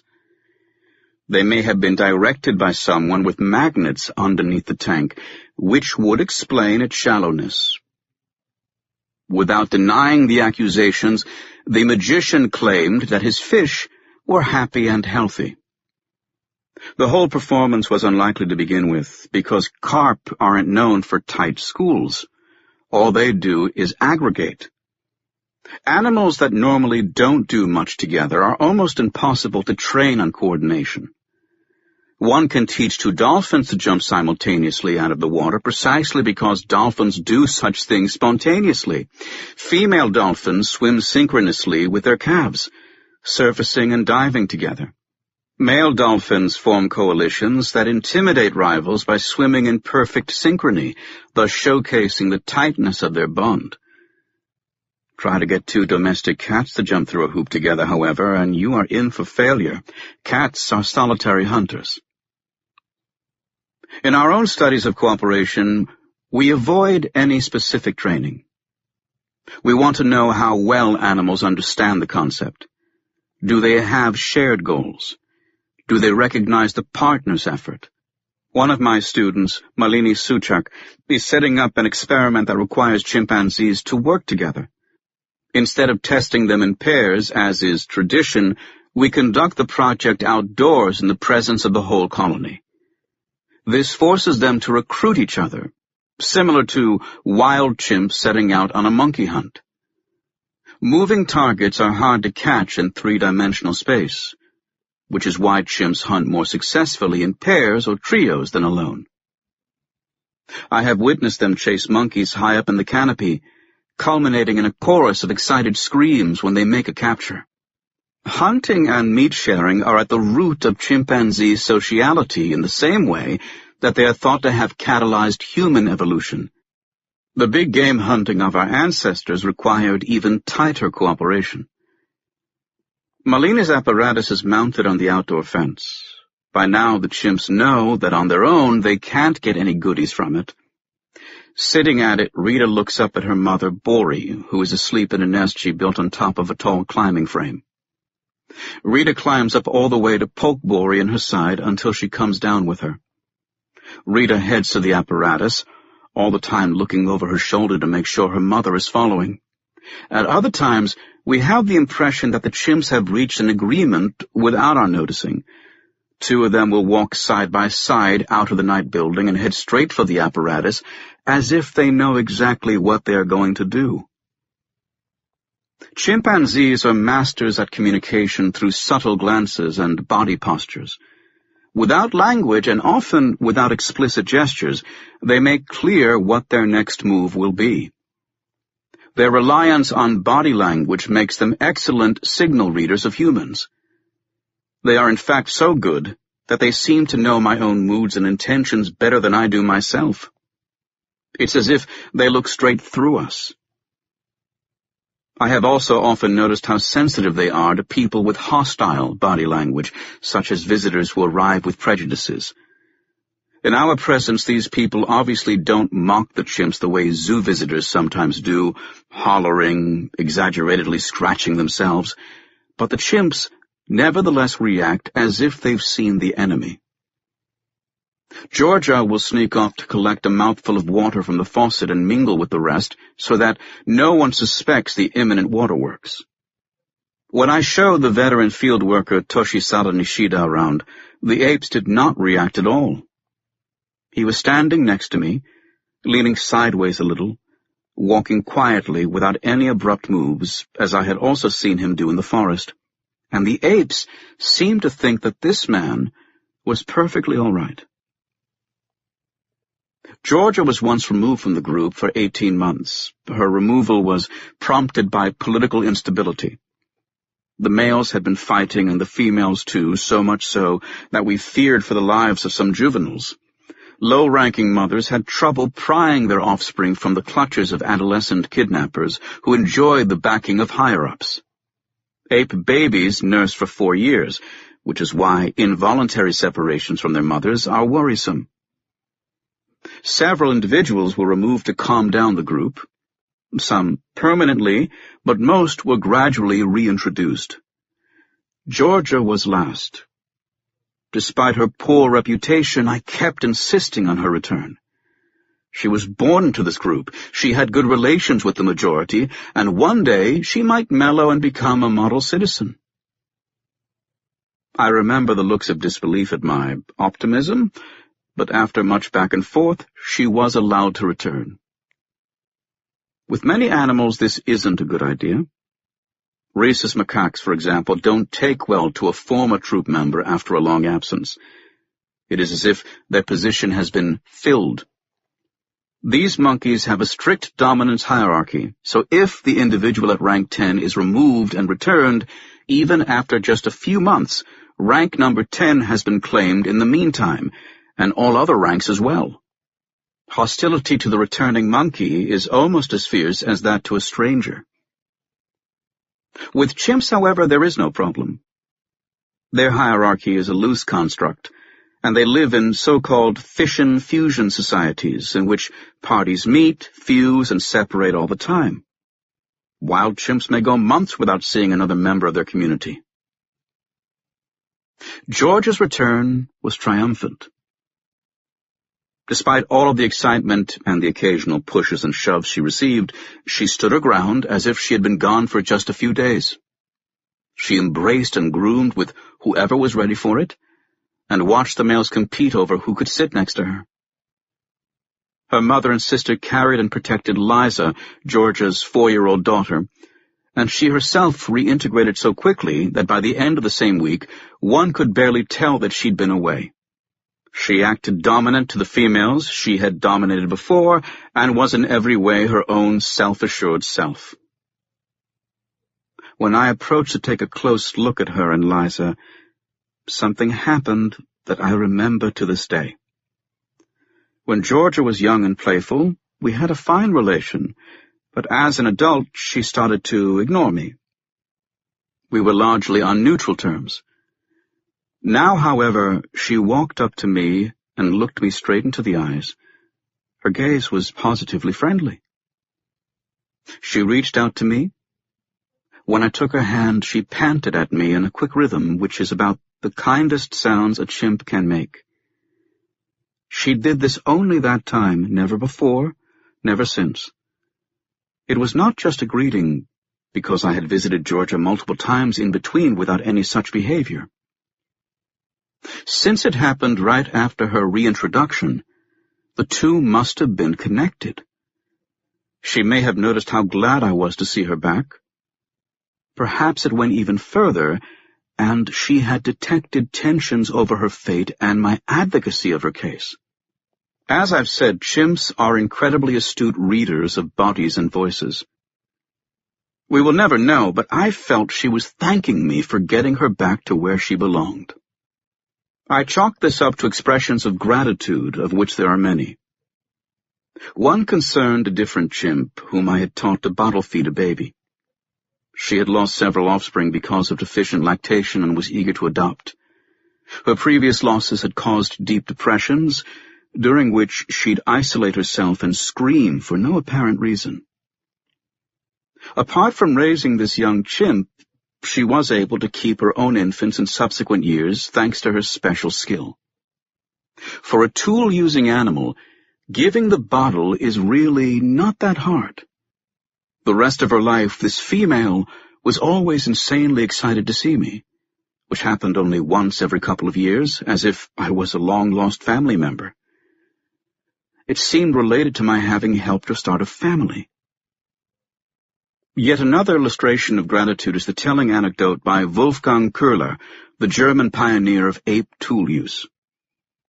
2 chimps had been shut out of the shelter during a rainstorm when Köhler happened to come by and found the apes soaking wet, shivering in the rain. He opened the door for them. But instead of hurrying past him to enter the dry area, both chimps first hugged the professor in a frenzy of satisfaction. Gratitude helps us render another person his due. Since it keeps favors flowing, it is essential for a society based on reciprocity.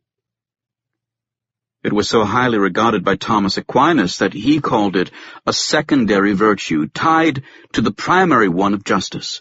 Gratitude creates a warm feeling about received benefits, which prompts us to repay them. Why else would we do so? Out of duty? It is so much easier if our memory predisposes us kindly toward a benefactor. We'd barely feel it as a repayment. This is why Robert Trivers, the architect of reciprocal altruism theory, proposed gratitude as a critical ingredient. Instead of relying on stories like those before, however, we have actually measured the exchange of favors. On many days throughout the year, I recorded grooming among our chimps in the morning before arranging a food-sharing session in the afternoon. I'd cut branches with leaves in the forest around the field station. Chimps love young blackberry shoots and sweet gum, and tie them together with honeysuckle. 2 large bundles of browse would be thrown into the compound. Any adult of any rank could claim and keep a bundle because chimps respect ownership. Soon the lucky possessors would be surrounded by a circle of beggars holding out a hand, whimpering and whining. Even the highest-ranking male could be seen begging, as has also been reported from the field when chimps surround a monkey carcass. In the end, everyone would be munching on food obtained either directly from the owners or indirectly via family and friends. Having measured nearly 7,000 food interactions over many different sessions, my data showed a link between access to food and earlier grooming. On a day on which Sacco had groomed May, for example, his chances of getting a few branches from her went up markedly compared with days on which he had not groomed her. This strongly suggests that chimpanzees remember and appreciate previous favors. Reciprocity also works on the negative side, as predicted by Trivers, who saw a role for moralistic aggression. We are outraged at those who gladly take benefits without giving much back. Similarly, chimps may turn on their own allies if these decline to support them in a fight with another chimp. They stretch out a hand to a good friend on the sidelines, trying to get them to come over and stand shoulder to shoulder against an adversary. But the friend walks away. The jilted individual may interrupt the confrontation he was involved in to go after his so-called friend, screaming at the top of his lungs. All of this happens in noisy and tumultuous situations. There is nothing more chaotic and nerve-wracking than a large chimpanzee fight, but such reactions help keep reciprocity on track. Chimpanzees also retaliate. If they have lost a fight to an alliance of several others, they may wait for the right occasion to get even. Encountering one of the others alone, without any of his buddies around, they will start a fight. I have known males who were very systematic about this. If they had been defeated by a quartet of opponents, they would take time in the ensuing days to have 4 unpleasant sessions with each one of them separately. More typically, however, a chimp defeated by an alliance waits until one of its tormentors is losing a fight against someone else, which is the perfect occasion to join the fray and add to the tormentor's defeat. Chimpanzee society always strikes me as revolving around tit for tat. These apes build a social economy of favors and disfavors, ranging from food to sex and from grooming to support in fights. They seem to maintain balance sheets and develop expectations, perhaps even obligations, hence their negative reaction to broken trust. Because I am so used to how this works in our close relatives, I was struck by a non-reaction in another highly social animal. It happened while testing elephant cooperation in a Thai sanctuary with Josh Plotnick, who also conducted the earlier mirror study. We couldn't apply the usual technique, which is an apparatus so heavy that it forces individuals into joint action. With elephants, this would have required an apparatus the size of an 18-wheeler. Instead, we borrowed an ingenious design from a Japanese colleague, which consists of a single rope led all around an apparatus with both ends facing the animals. If they pull at just one end of the rope, it will unthread, come loose, and be useless. Only if both ends are picked up at the very same moment can the apparatus be pulled closer. Its weight hardly matters, but synchronization is a prerequisite. It turned out a simple task for elephants. They would walk side by side to the 2 rope ends, pick them up, and pull. So far, so good. But then we began to introduce complications to see how well they understood the need for a partner.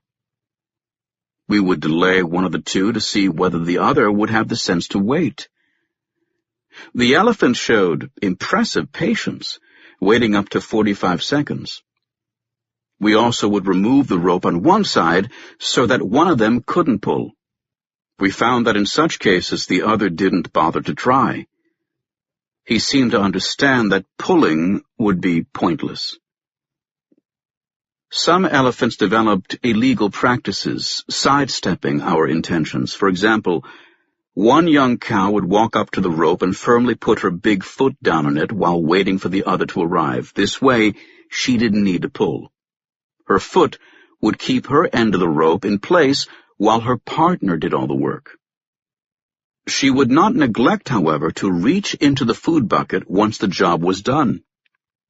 We took this as a sign not only of intelligence but also of cheating. Curiously, the other elephant never protested and never declined to pull. I'm not sure this would have worked so well with chimpanzees, which is exactly what Malini and I hope to find out in our cooperation study.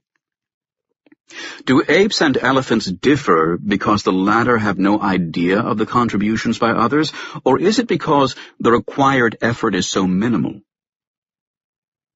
The reward for each elephant was 2 cobs of corn, peanuts for such a large animal, and all they needed to do was pull a rope. Both effort and reward may have been insufficient for them to worry about freeloading. All the better for us. Given the danger of working with elephants, the last thing we needed was irritated ones. Body-to-body empathy. When Michael Jackson dangled his 9-month-old baby over the railing of a 4th-floor hotel balcony, holding the struggling boy awkwardly in just one arm high above the ground, many fans in the crowd below cheered, but some screamed. They were afraid Jackson might drop the baby, who, to make matters worse, had a towel over his head. It was the oddest scene. spoofed by Eminem and criticized by child abuse experts. But why did we care? It wasn't our baby. We react this way owing to a capacity that was until recently largely overlooked by science: empathy. And here I don't mean empathy in the sense of sympathy, which urges us to assist others, but in the more neutral and fundamental sense of how we relate to others. When 16th century French philosopher Montaigne said his throat itched as soon as he heard someone cough, he gave us the essence of empathy several centuries before the term came into use. Empathy connects bodies with bodies. Had we merely read about Jackson's baby handling in a newspaper, we might have shrugged it off as clumsiness, but we actually saw it on television. We saw how high up the balcony was and noticed the father's tenuous grasp and the wriggling baby. Identification pulled us into the scene as if we, too, were holding the infant and felt its resistance. We lived the situation at a bodily level, which made it far more unsettling than any written account could have been. Body mapping is automatic. The movie The King's Speech, for example, would be incredibly boring were we to lack the ability to identify with others. Who cares whether a given word will be spoken quickly, slowly, or not at all? Only by feeling one with the king do we gain a stake in his speech problem, as if we suffered ourselves. Sitting at the edge of our seat, we'd like to say the words for him, willing him to succeed in the same way that parents make chewing movements while spoon-feeding their babies or mouth every word their child is supposed to say at a school play. We have this wonderful capacity to inhabit the bodies of others. Putting it in neuroscience language, we activate neural representations of motor actions in our own brain similar to the ones we perceive or expect in the other. That we do so unconsciously has been tested with facial expressions on a computer screen. Even if the expressions are flashed too briefly for conscious perception, the subjects believe they're watching landscapes. Our facial muscles still move along, and our mood is affected by the expression seen. Frowns induce sadness, smiles happiness. Ulf Dimberg, the Swedish psychologist who conducted this research, told me about the initial resistance which made it hard to get his findings published in the early 1990s. In retrospect, after so many confirmations, this seems absurd. But at the time, empathy was viewed as a complex skill under cerebral control. We decide to be empathic, so the thinking went, on the basis of deliberate simulations in our head of how we would feel in someone else's situation. Empathy was seen as a cognitive skill. Now we know that the process is both simpler and more automatic. It's not that we lack control, breathing is automatic too, but we are still in command. But science looked at empathy entirely the wrong way. Empathy stems from unconscious bodily connections involving faces, voices, and emotions. Humans don't decide to be empathic. They just are. True, we are capable of putting ourselves into someone else's shoes, even in the absence of any bodily clues, such as when we read about a character in a novel, yet this doesn't make it the essence of empathy. To see the essence, consider how it starts. Look at a toddler who bursts out crying when her friend falls and cries, or who laughs heartily along with a room full of adults, amused by a risque joke far beyond the child's comprehension. Empathy finds its origin in bodily synchronization and the spreading of moods. Complex forms based on imagination and projection grow out of this, but only secondarily. At about the same time as this groundbreaking research, scientists in Parma, Italy, discovered mirror neurons. These neurons are activated when we perform an action, such as reaching for a cup, but also when we see someone else reach for a cup. Since mirror neurons don't distinguish between our own behavior and that of others, they let one organism get under the skin of another.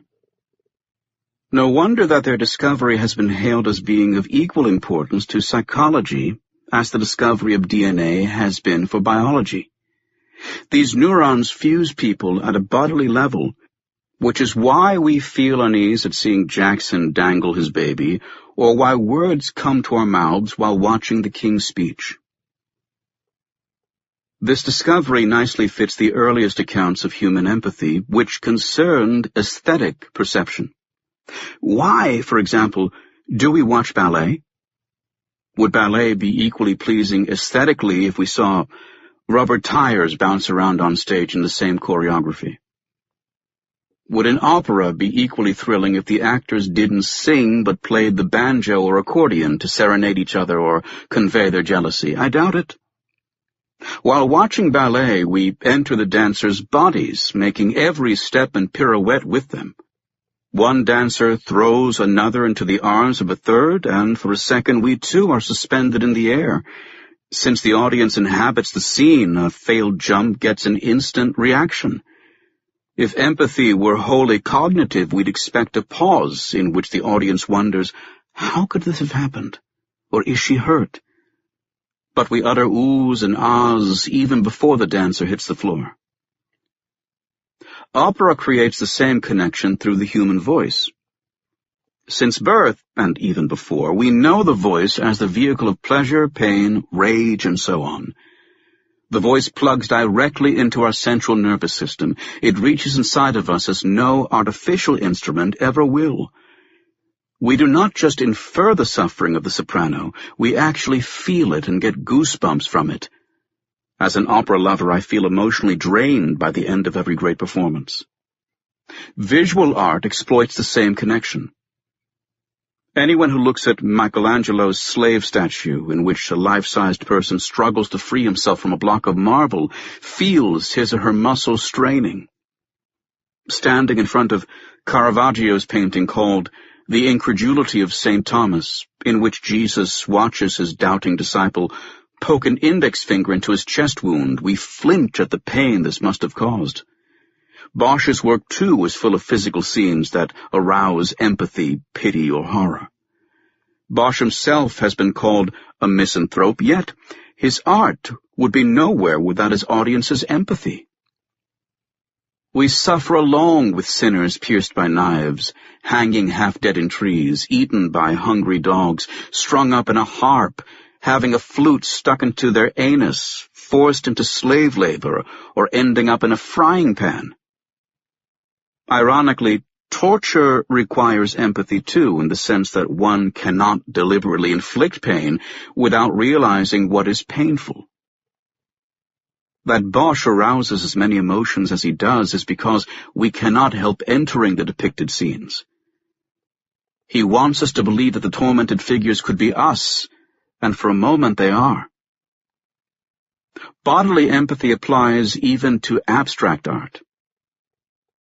An article by Vittorio Galeazzi, the Italian co-discoverer of mirror neurons, and David Friedberg, an American art historian, explains how we unconsciously trace the artist's movements on the canvas. In the same way that a pianist cannot listen to a piano concert without activating the motor areas in his brain responsible for finger movements, viewers of a Jackson Pollock painting experience a sense of bodily involvement with the movements that are implied by the physical traces in brush marks or paint drippings of the creative actions of the producer of the work.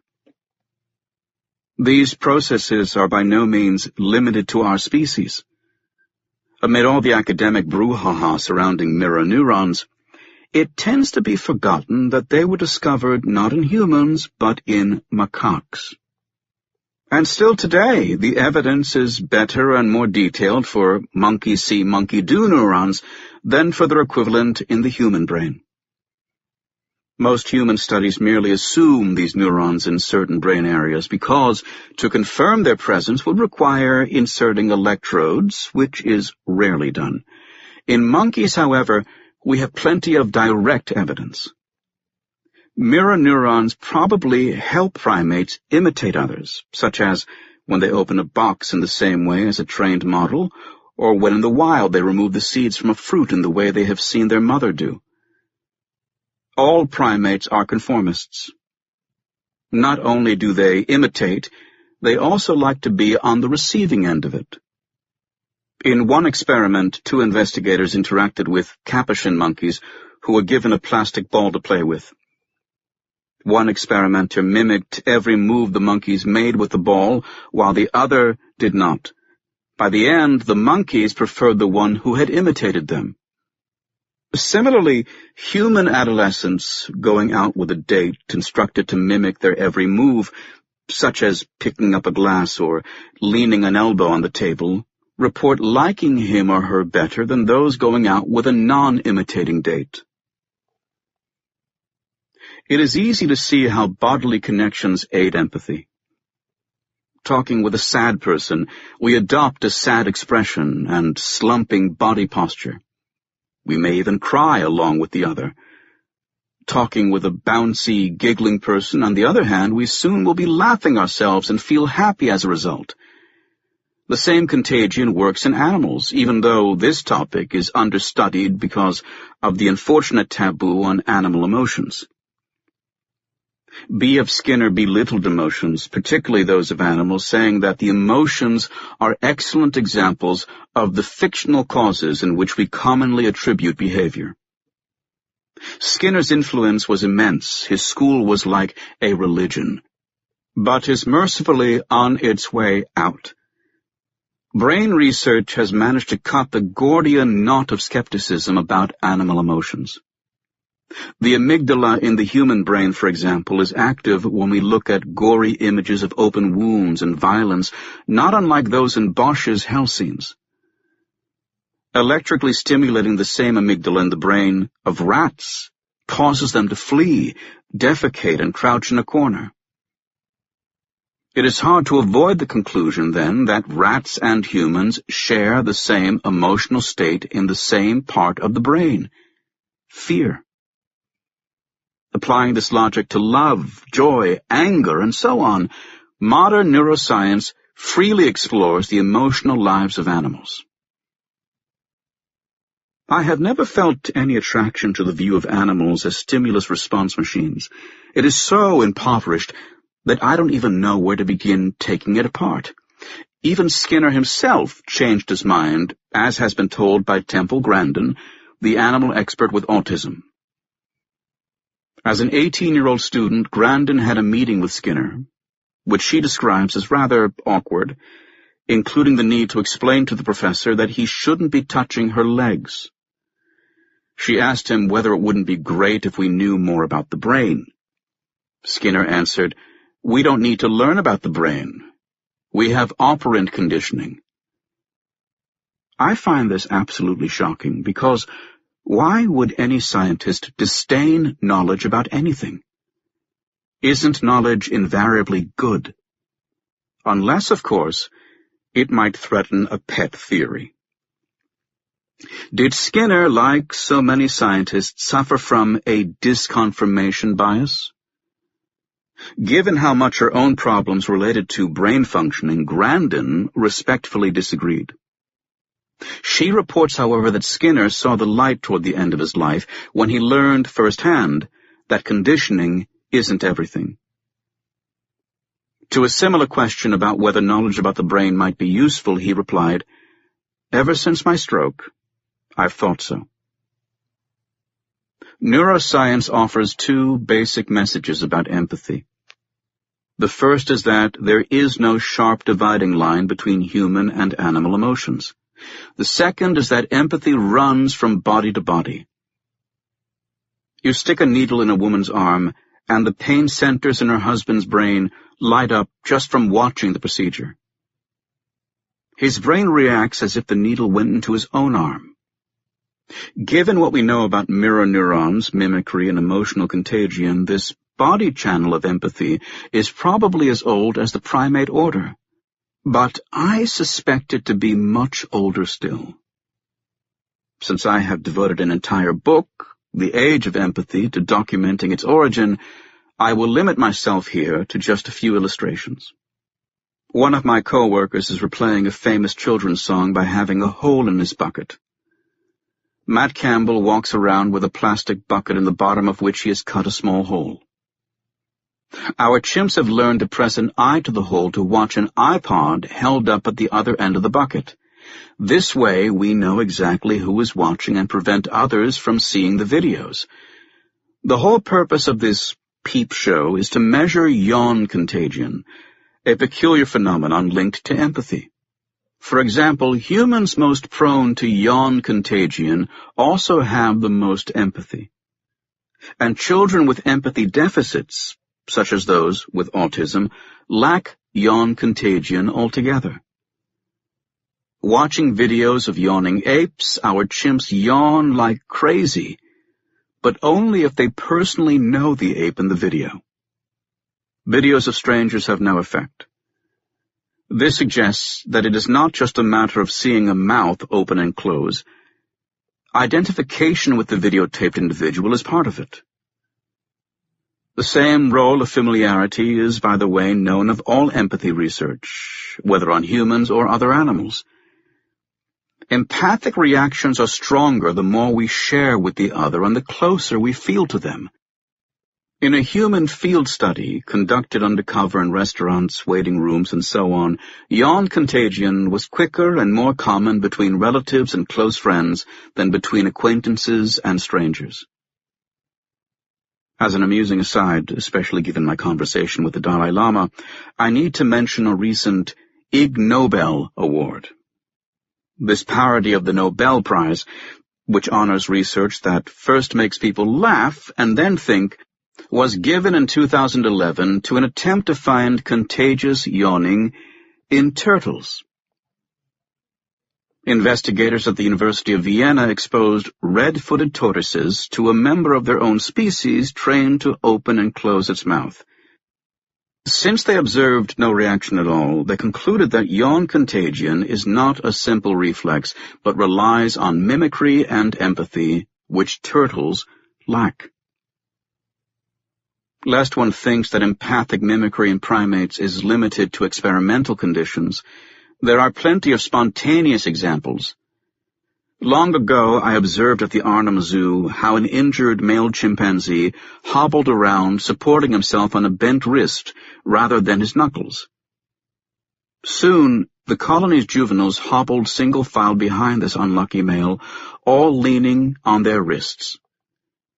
I also once witnessed a birth here at the Yerkes field station which triggered bodily identification of one female with another. From my observation window, I saw a crowd gather around May, quickly and silently, as if drawn by some secret signal. Standing half upright with her legs slightly apart, May cupped an open hand underneath of her, ready to catch the baby when it would pop out. An older female, Atlanta, stood next to her in a similar posture and made exactly the same hand movement, but between her own legs, where it served no purpose. When after about 10 minutes the baby emerged, a healthy son, the crowd stirred.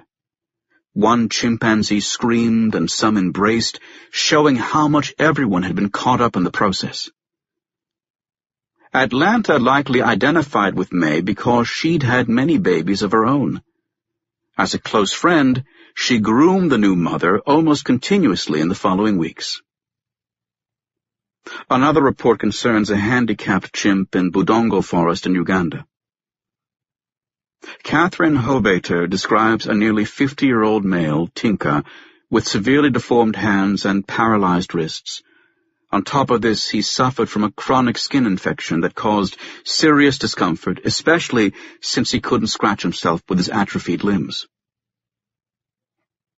Tinka, however, developed a liana scratch technique, which resembled the way we stretch a towel between both hands to dry our back. He'd pull a hanging liana taut with his foot to rub his head and body sideways against it. It was an odd procedure, but apparently effective because he used it often. There would have been no reason for any able-bodied chimpanzees to do the same, yet several juveniles were seen to follow Tinka's lead. They regularly rubbed themselves against lianas pulled down for this purpose. Unknown from any other chimpanzee population, The spreading of this curious habit seems yet another case of mirror neurons at work. Because of its unconscious nature, we tend to underestimate the body channel of empathy. I have even heard political commentators compare empathy to a fragile flower not worthy of a major role in society.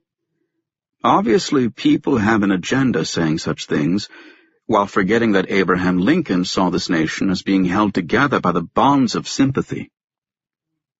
Lincoln's decision to fight slavery, for example, owed much to his emotional response to the misery of others.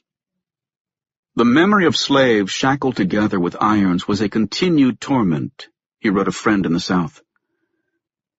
If momentous political decisions can be motivated, at least in part, by empathy, there is no reason to downplay its importance.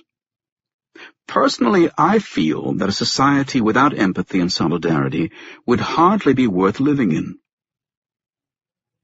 Human empathy doesn't stop at the species boundary, though.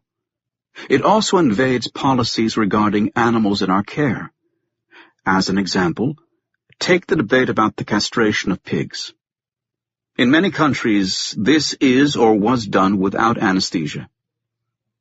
On a committee looking into this matter, opponents of the practice ran into stiff resistance from scientists and veterinarians who asked what we know about pain and how we could possibly measure it. It was the usual platitude of, "We have no idea what they feel." At the next meeting, the opponents brought a video. They didn't give any opinion except to say that since the discussion was about procedures, it would be only logical to look at current practice. Then they played the scene of an awake pig being castrated. The pig made such a ruckus, squealing for minutes on end, that by the end the roomful of men looked very pale indeed, sitting with their hands firmly between their legs. More than any rational argument, this video changed the tide on anesthesia. Such is the power of bodily empathy. Saved by a rat. "Who is my neighbor?" asked a lawyer, puzzled by Jesus' recommendation to love your neighbor as yourself. Finding certain people hard to love, he was looking for a less sweeping directive. The answer came in the parable of the Good Samaritan. A half-dead victim left by the side of the road is ignored first by a priest, then by a Levite. Both were religious men familiar with the fine print of ethics. They didn't like to interrupt their journey, though, and quickly moved by on the other side of the road. Only a third passerby, a Samaritan, stopped, bandaged the man's wounds, put him on his donkey, and brought him to safety. Belonging to a class of unclean people despised by the Jews, for whom the parable was intended, the Samaritan was nevertheless the only one to show heart.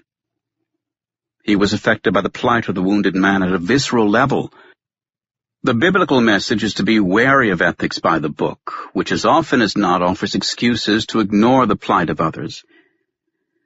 This is only one of the parable's lessons, though. Another one is that everyone is our neighbor, even people unlike us. Given the parochialism of human and animal empathy, this is the more challenging message. Even with a simple measure such as yawn contagion, identification with strangers is hard to demonstrate. Both chimpanzees and people join the yawns of familiar individuals more readily than those of outsiders.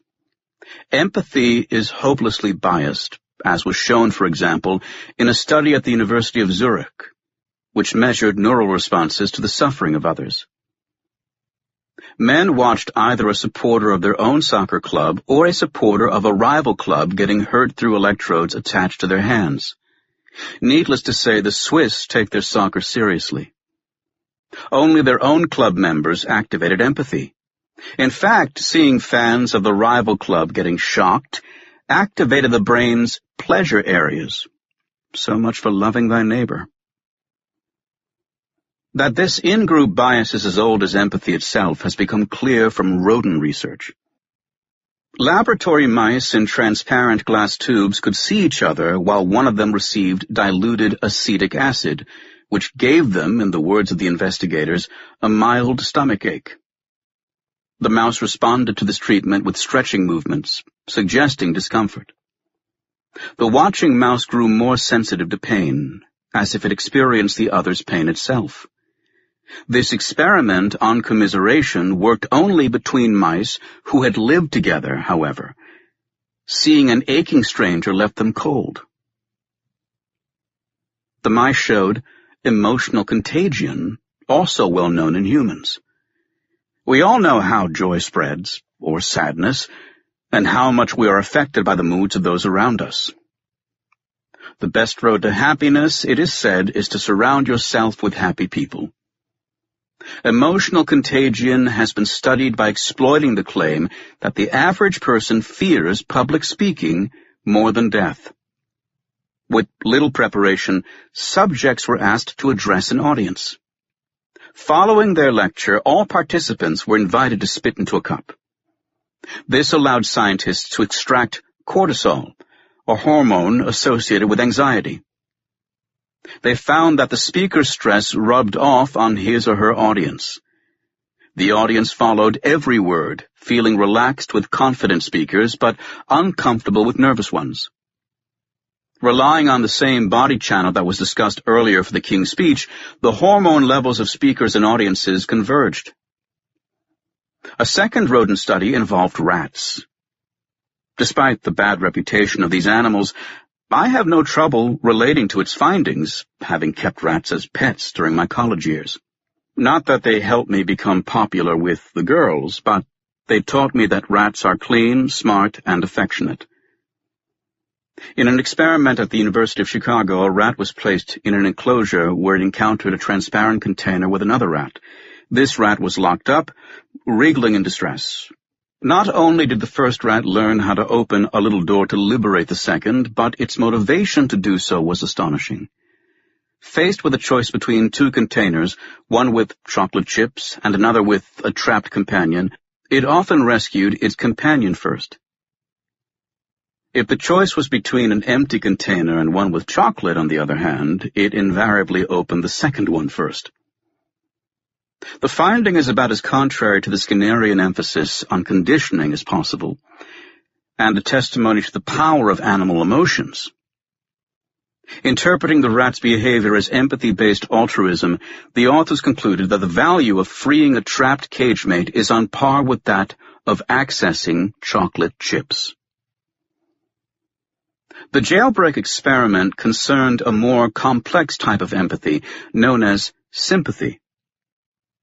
We don't know exactly how empathy translates into helping or comforting behavior, but it minimally requires orientation to the other. Empathy can be quite passive, reflecting mere sensitivity, whereas sympathy is outgoing. It expresses concern for others combined with an urge to ameliorate their situation. This is what the parable of the Good Samaritan is all about. Unless one is made of stone, the sight of a groaning figure by the side of the road inevitably activates empathy. But instead of translating this feeling into sympathy, the two holy men tried to get rid of it. They deliberately moved away from its source.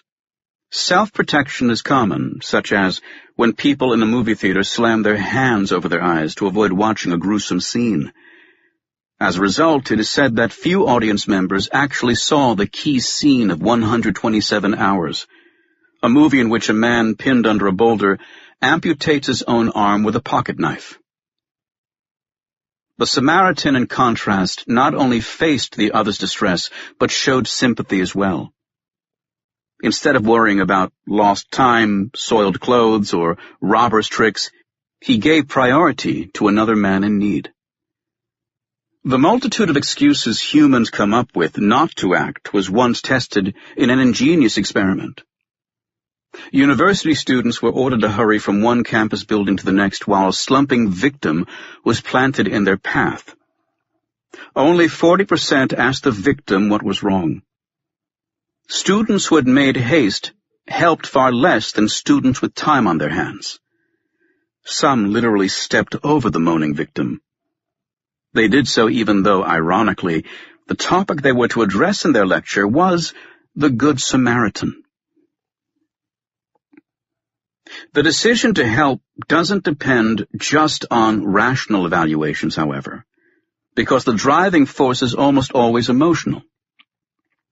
If it wasn't for feelings of empathy and sympathy, it is unlikely we would ever be moved to assist others.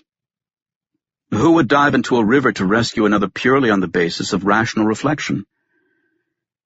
In the study of Swiss soccer fans, for example, the more empathy was activated in a subject's brain, the harder he tried to reduce the other's pain.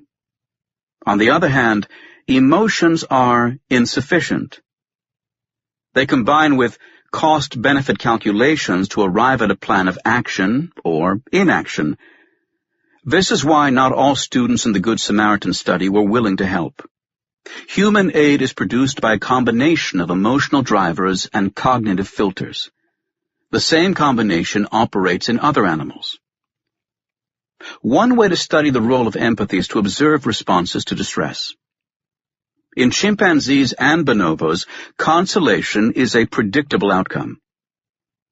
A victim of aggression who not long ago had to run for her life now sits alone, pouting, licking an injury, or looking dejected.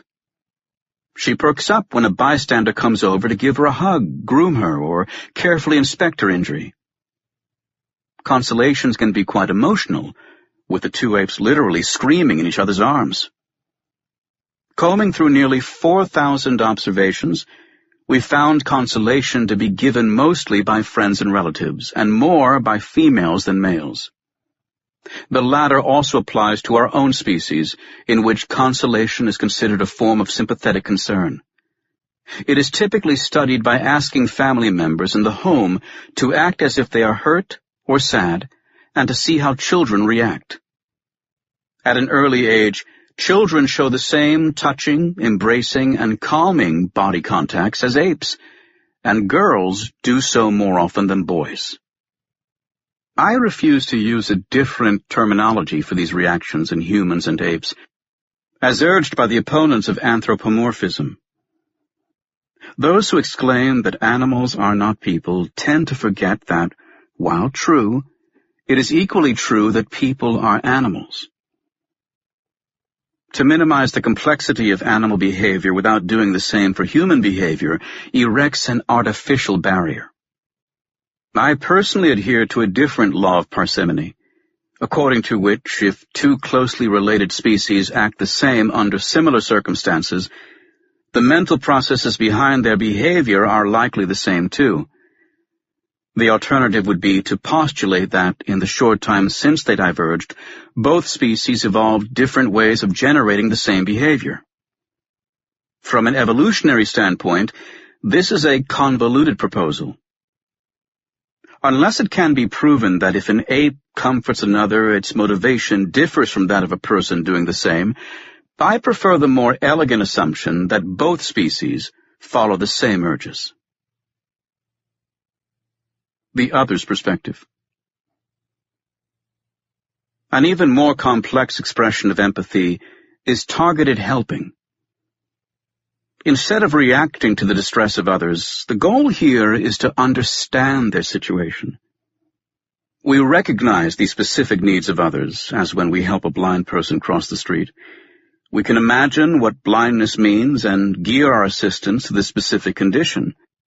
There is an abundance of real-life human examples, and the same is true for other large-brained species, including dolphins, elephants, and the apes. I used to tell how a bonobo rescued a stunned bird that had flown against glass, or how a chimpanzee literally dragged a wildlife-naive friend away from a poisonous snake. There are so many stories in which one ape seems to take another's perspective. But I'll skip these stories now that targeted helping has finally been put to a test. Carried out at the Primate Research Institute, PRI, of Kyoto University in Japan, it nicely complements our work on the willingness of chimps to do each other a favor. I have been at the PRI several times. The chimps live in large outdoor areas with lots of green shrubs and tall climbing frames. Similarly to how we operate at Yerkes, They are called inside for voluntary testing. But at the PRI, the apes have to travel through an elaborate system of tunnels before they end up in a room in which they are central and the humans peripheral. With the apes contained in a glass room, human experimenters walk around them with fancy equipment. In the experiment in question, the equipment wasn't so advanced, though. Shinya Yamamoto gave the apes a choice between two ways to obtain orange juice. They could either move a container close with a rake or suck up the juice through a straw. The problem was that they didn't have any tools available. Next to them, in a separate area, sat another chimp who had a whole set of different tools. This chimp would take one look at the other's problem, then pick out the right tool for the task, and hand it to the other through a small window. If the chimp with the tools was unable to see the other's situation, however, he picked tools at random, indicating that he had no idea what the other needed. This experiment demonstrated that not only are chimps ready to assist each other, but they also take the other's specific needs into account. In case anyone thinks that apes would never share tools in the field, Yamamoto's study received a nice confirmation from Fongoli, a site in Senegal where an American primatologist, Jill Pruitt, studies savanna-dwelling chimps. In contrast to forest chimps, this community has to travel enormous distances to find food. Chimps are well known to share meat, but the Fongoli chimps also share plant food, such as baobab fruits, and are the first for which tool sharing has been reported. An adolescent female, for example, was fishing for termites with a twig when a dominant male sat down beside her with a prepared tool in his mouth. Chimps make fishing tools by breaking off a twig and cleaning it of side branches. When her own tool became ineffective, the female just took the tool out of the male's mouth, whereupon he made another one and waited beside her. This one, too, was removed from his mouth for her fishing activities. After the female left, the male made no more tools and didn't fish for insects himself. We still know little about the capacities of apes, both in captivity and in the field, but in the last few years we have been getting closer. Clearly, they are not nearly as selfish as has been assumed, and might actually beat the average priest or Levite when it comes to humane behavior.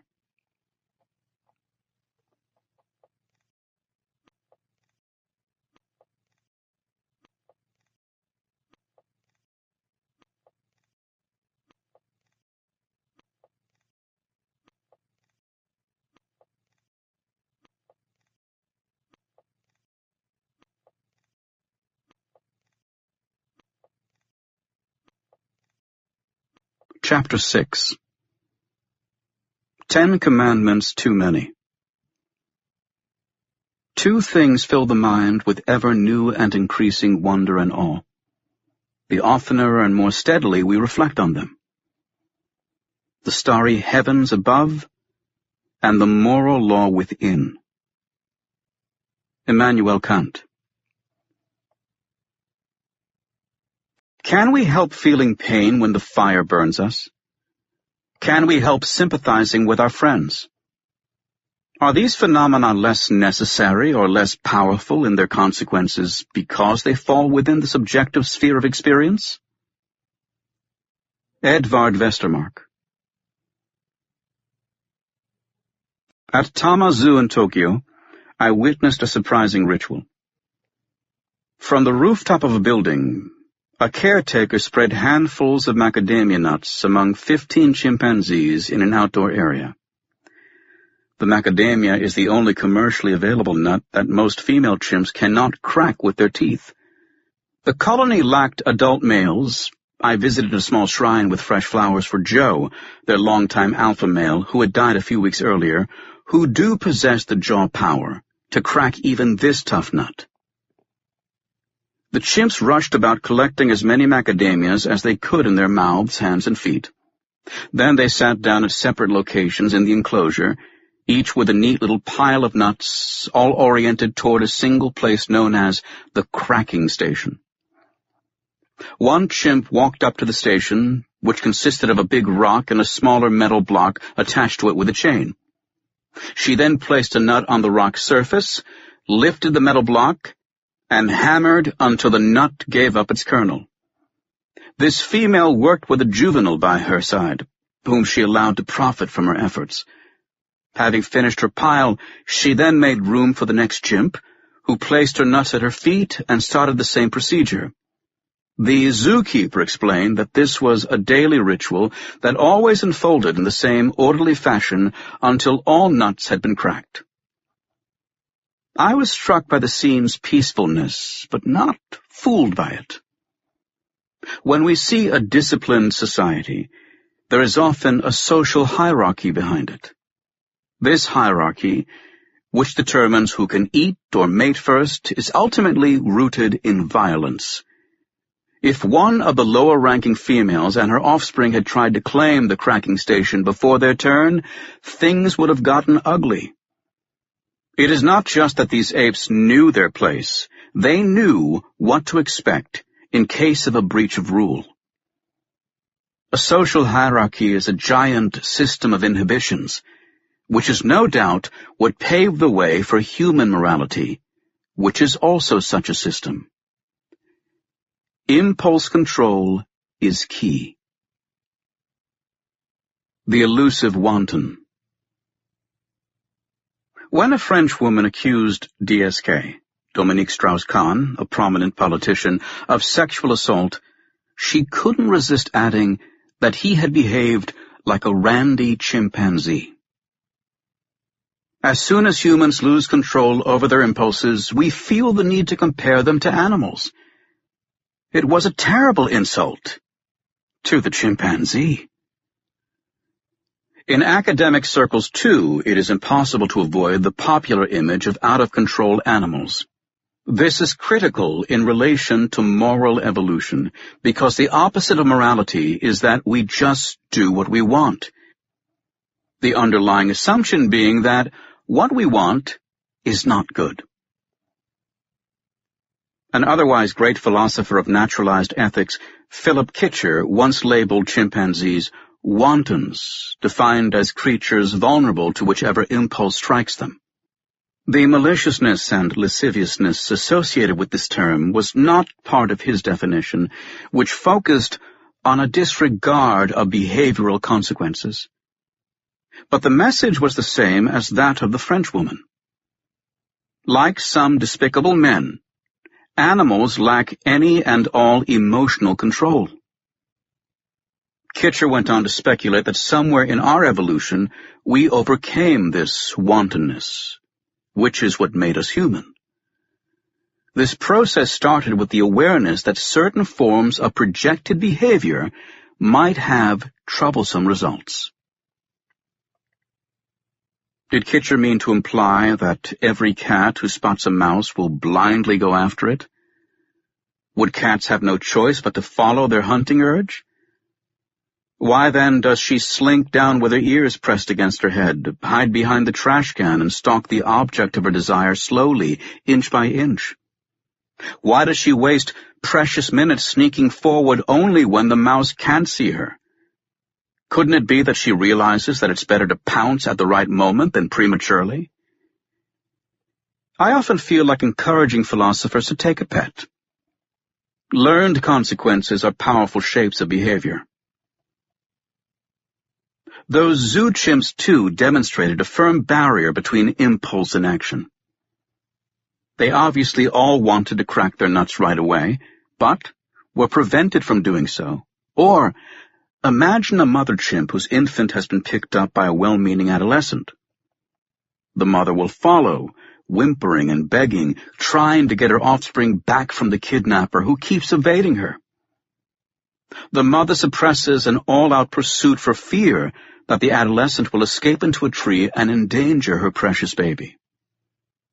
She needs to stay calm and collected. Once the infant is safely back on her belly, however, everything changes. I have seen mothers turn on the adolescent, chasing her over long distances with furious barks and screams, releasing all their pent-up frustration.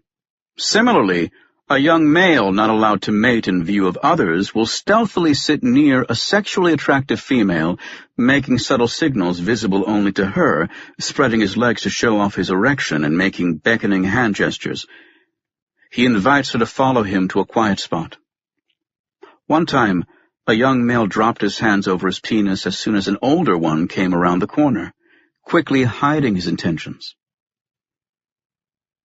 High rankers, too, benefit from impulse control. For example, an alpha male may receive a pointed challenge from a younger male who throws rocks in his direction or makes an impressive charging display, with all his hair on end, a bit too close to the boss. This is a way of testing his nerves. Experienced alphas totally ignore the din, as if they barely notice, after which they take their time doing the rounds, grooming their allies, before launching a counteroffensive later in the day. By then, the young hothead will be outgunned. How inhibited male chimps are was brought home to me when a field worker told me that he had never realized that male chimps could crack each other's bones. I had never thought of this either, but it makes perfect sense for an animal that can crack macadamia nuts with his teeth, which takes 300 pounds of pressure per square inch. Having recorded hundreds of encounters between members of different communities in the forest, Christoph Busch noticed that when chimp males grab a leg and bite a stranger, one can literally hear bones breaking. I myself have never witnessed anything like it in fights among chimps familiar to each other, however bad these fights might seem. This means that most of the time, at least within their group, male chimps restrain their violent potential. The beauty of an emotional response system over an instinctual one is that its outcome isn't set in stone. The term instinct refers to a genetic program that tells animals, or humans, to act in a specific way under specific circumstances. Emotions, on the other hand, produce internal changes, along with an evaluation of the situation and a weighing of options. It is unclear whether humans and other primates have instincts in the strict sense, but there is no doubt about their having emotions. Klaus Scherer, a German expert, calls emotions an intelligent interface that mediates between input and output on the basis of what is most important to the organism at a particular time. This may seem counterintuitive, since it depicts emotions as intelligent, but keep in mind that the whole distinction between emotion and cognition is under debate. The two are intertwined. Furthermore, their interplay is probably very similar in humans and other primates. The prefrontal cortex, which helps regulate emotions, is often assumed to be exceptionally large in our own species, but this is an outdated view. The human cerebral cortex holds 19% of all neurons in the brain, just like any typical mammalian brain. For this reason, our brain has been called a linearly scaled-up primate brain. It may be large overall, but the way its various parts relate to each other is unexceptional. Most of us have seen the hilarious videos of children sitting alone at a table, desperately trying not to eat a marshmallow, secretly licking it, taking tiny bites from it, or looking the other way as to avoid temptation. It is one of those most explicit tests of impulse control. The children have been promised a second marshmallow if they leave the first one alone. Such deferred gratification has also been tested in our primate relatives. For example, monkeys will leave a slice of banana alone if they know that by doing so, they may get a larger one later on. Or a chimp patiently stares at a container into which falls a candy every 30 seconds. At any moment, he can disconnect the container and swallow its contents, but then the candy flow will stop. The longer he waits, the more candies he will get. Apes do about as well as children on this task, delaying gratification for up to 18 minutes. They wait longer if they have toys to take their mind off the candy machine. Like children, they seek distraction to better fight temptation. Does this mean that they're aware of their own desires and deliberately curtail them? If so, we seem to be getting rather close to free will. Clearly, Kitcher's wantons are a non-existent species. Primates offer great insight into group life based on both emotions and emotional control. Tightly embedded in society, they respect the limits it puts on their behavior and are ready to rock the boat only if they can get away with it or if so much is at stake that it's worth the risk. Otherwise, like the chimpanzees at Tama-Zoo, they await their turn and control their urges. We come from a long line of ancestors with well-developed hierarchies for whom social inhibition was second nature. If doubters need proof of how much we owe to this history, they need only consider how much we invest moral rules with authority. Sometimes the authority is personal, like a super alpha male, as when we claim that God handed us the rules on a mountaintop. At other times, we fall for the authority of reasoning, claiming that certain rules are so logically compelling that it would be silly to disobey them. Humanity's reverence for the moral law betrays the mindset of a species that likes to stay on good terms with higher-ups. Nothing is more telling than how we react after a transgression. We lower our face, avoid the gaze of others, slump our shoulders, bend our knees, and generally look diminished in stature. Our mouth droops and our eyebrows arch outward in a distinctly unthreatening expression. We feel ashamed and hide our face behind our hands or want to sink into the ground. This desire for invisibility is reminiscent of submissive displays. Chimpanzees crawl in the dust for their leader, lower their bodies so as to look up at him, or turn their rump toward him to appear unthreatening. Dominant apes, in contrast, make themselves look larger and literally run or walk over a subordinate, who ducks into a fetal position. Daniel Fessler, an anthropologist who has studied shame in human cultures, compares its universal shrinking appearance to that of a subordinate facing an angry dominant. Shame reflects awareness that one has upset others, who need to be appeased. Whatever self-conscious feelings go with it, they are secondary to the much older hierarchical template. The only uniquely human expression, as Darwin already noted, is blushing. I don't know of any instant face reddening in other primates. Blushing is an evolutionary mystery that must be particularly perplexing for those who believe that exploitation of others is all that humans are capable of. If this were true, wouldn't we be better off without blood uncontrollably rushing to our cheeks and neck, where the change in skin color stands out like a light tower? Such a signal makes no sense for a born manipulator. The only advantage of blushing that I can imagine is that it tells others that you are aware how your actions affect them. This fosters trust. We prefer people whose emotions we can read from their faces over those who never show the slightest hint of shame or guilt. That we evolved an honest signal to communicate unease about rule violations says something profound about our species. Blushing is part of the same evolutionary package that gave us morality. One-on-one morality. Morality is a system of rules concerning the two H's of helping, or at least not hurting, fellow human beings. It addresses the well-being of others and puts the community before the individual. It does not deny self-interest, yet curbs its pursuit so as to promote a cooperative society. This functional definition sets morality apart from customs and habits, such as eating with knife and fork versus chopsticks or one's bare hands. People may disapprove of my eating with my hands, at least in my current culture, but their disapproval is not of a moral nature. Even young children distinguish etiquette, boys go to the boys' toilet and girls to the girls' toilet, from moral rules, don't pull at ponytails. Rules related to the two H's are taken far more seriously than conventions. Toddlers believe in the universality of the former. If you ask them whether they can imagine a culture where everyone goes to the same toilet, they can.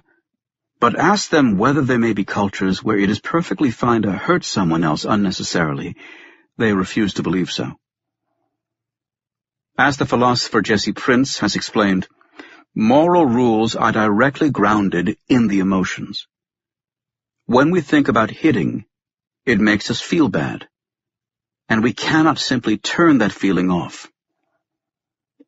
Moral understanding develops astonishingly early in life. Infants under 1 year of age already favor the good guy in a puppet show. The puppet who nicely rolls a ball back and forth with another is preferred over one who steals the ball and runs off with it. Empathy is critical. At a young age, the child learns that slapping or biting a sibling produces a screaming reaction with a range of negative consequences. Apart from those few children who will grow into psychopaths, whose childhood is marked by animal torture, excessive violence, and lack of remorse, the vast majority doesn't enjoy the sight of a crying sibling. Second, hurting your sibling brings all fun and games to an abrupt halt. No one wants to play with someone who lashes out all the time. Finally, an angry parent or teacher is likely to enter the scene and yell at the hitter or make him feel guilty by pointing out his victim's tears. All of these emotional consequences discourage hurting a playmate. Empathy teaches children to take the feelings of others seriously. Not that we should be surprised by such early development.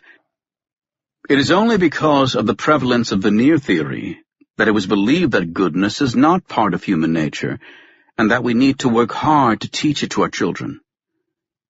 Children were seen as selfish monsters, who learned to be moral from teachers and parents despite their natural inclinations. They were seen as reluctant moralists. My view is the exact opposite. The child is a natural moralist who gets a huge helping hand from its biological makeup. We humans automatically pay attention to others, are attracted to them, and make their situation our own. Like all primates, we are emotionally affected by others. And not just like primates. The reason a big dog will stop gnawing on a smaller playmate as soon as the latter utters a sharp yelp is the same. Hurting another is aversive. Dogs are more hierarchical than us, so have additional reasons to fear consequences. This may explain the strong reaction of Bully, a dog owned by Conrad Lawrence, to a rule violation. In this case, the victim was not a vulnerable other, but the master himself. Bully accidentally bit the famous ethologist's hand when the latter tried to break up a fight. Even though Lawrence did not reprimand him and immediately reassured him, Bully suffered a complete nervous breakdown. He was virtually paralyzed for days and uninterested in food. He would lie on the rug breathing shallowly, occasionally interrupted by a deep sigh coming from deep inside his tormented soul. He looked as if he had come down with a deadly disease. Bully remained subdued for weeks, prompting Lawrence to speculate about his having a conscience. Bully had never bitten any person before, and so he could not have relied on previous experience to decide that he had done something wrong. Perhaps he had violated a natural taboo when inflicting damage upon a superior, which could have the worst imaginable consequences, including expulsion from the pack. As a student, I followed the behavior of a group of macaques in the presence or absence of the alpha male. As soon as Alpha turned his back, other males began to approach females. Normally they'd get into trouble for doing so. When this principle was put to the test, low-ranking males refused to approach females so long as the dominant looked on from inside a transparent box, yet dropped all inhibitions as soon as he was removed. They felt free to copulate. The same males also performed bouncing displays and walked around with their tails in the air, which is typical of high-status males. Upon the boss's return, however, they were excessively nervous, greeting him with wide, submissive grins on their faces. They seemed to realize they had done something wrong. When the cat is away, situations are always amusing to watch, since the cat is never far from the mice's minds. In another macaque group, a longtime alpha male, Mr. Spickles, would sometimes get tired of keeping an eye on half a dozen restless males during the breeding season, or perhaps he just wanted to warm his old bones indoors. He would disappear for half an hour at a stretch, leaving the others plenty of opportunities to mate. The beta male was very popular with the ladies, but so obsessed with Mr. Spickles that he was irresistibly drawn to the door to peek inside through a crack. Perhaps he wanted to make sure Mr. Spickles stayed where he was. Rhesus monkeys, being multiple mount ejaculators, requiring several mounts before the male ejaculates, the young male would race back and forth a dozen times between his partner and the door before completing a mount series. Social rules are not simply obeyed in the presence of dominants and forgotten in their absence. If this were true, low-ranking males wouldn't need to actively check on alpha or be overly submissive following their exploits. They internalize rules to some degree. A more complex expression occurred once in the Arnhem chimpanzee colony following the first time the beta male, Laut, had physically defeated Yarun, the alpha. The fight had occurred while both males were alone together in their night quarters. The next morning, the colony was released onto its island, only to notice the shocking evidence. When Mama discovered Yarun's wounds, she began to hoot and look around in every direction. At this, Yarun broke down, screaming and yelping, whereupon all the other apes came over to see what was the matter. When the apes were crowding around him and hooting, the culprit, Laut, also began to scream. He ran nervously from one female to the next, embraced them, and presented himself to them. He then spent a large part of the day tending Yarun's wounds. Yarun had a gash in his foot and 2 wounds in his side, caused by Laut's powerful canines. Laut's situation resembled that of Bully the dog, in that he had broken the spell of the hierarchy by biting Alpha. What a terrible thing to do, the group's reaction seemed to convey, and Laut did his best to make amends. But not by giving up his strategy to dominate Yarun, because in the weeks that followed he kept the pressure on, and in the end forced Yarun into retirement from the top spot. His grooming of the old male's injuries shouldn't surprise anyone, for it is part of normal chimpanzee relations, but such behavior is even more typical of bonobos. During reunions among adversaries, I have seen aggressors unhesitatingly pick up the foot or reach for the arm of the other where they had placed their teeth. This suggested not only a precise recall of the fight, but also regret. Biting is so rare in bonobos that it makes sense for them to be concerned about its consequences, licking up every drop of blood spilled as a result of their intemperate behavior. Empathy probably played a role in these incidents, and also in Laut's reaction to Yarun's injuries. Even though superficial by chimpanzee standards, they were the first gashes Yarun had suffered in years. In general, primates are keen on keeping good relations, even in the face of discord and strife. That they are well aware of the undermining effects of pain and distress is also visible in their play. When youngsters are far apart in age, games often get too rough for the younger partner, as when its leg gets twisted or a gnaw turns into a bite. At the slightest peep of distress, its mother will break up the game. Normally, play is entirely silent except for the hoarse, panting laughs that sound like human laughter. Recording hundreds of wrestling bouts, we found that juveniles laugh, especially when the mother of a younger playmate is watching. They laugh more in her presence than while alone with the same infant. It's almost as if they seek to reassure the mother, "Look how much fun we're having." In sum, two great reinforcers support the social code by which primates and children live. One comes from within and the other from without. The first is empathy and a desire for good relations, leading to the avoidance of unnecessary distress. The second is the threat of physical consequences, such as penalties meted out by higher-ups. Over time, these two reinforcers create an internalized set of guidelines, which I will call one-on-one morality. This kind of morality permits partners of disparate abilities and strength to get along, such as males with females and adults with juveniles, binding them together in a mutually agreeable modus vivendi.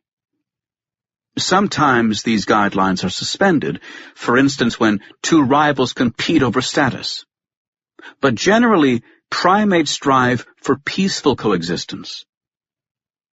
Individuals unable or unwilling to abide by the social code become marginalized.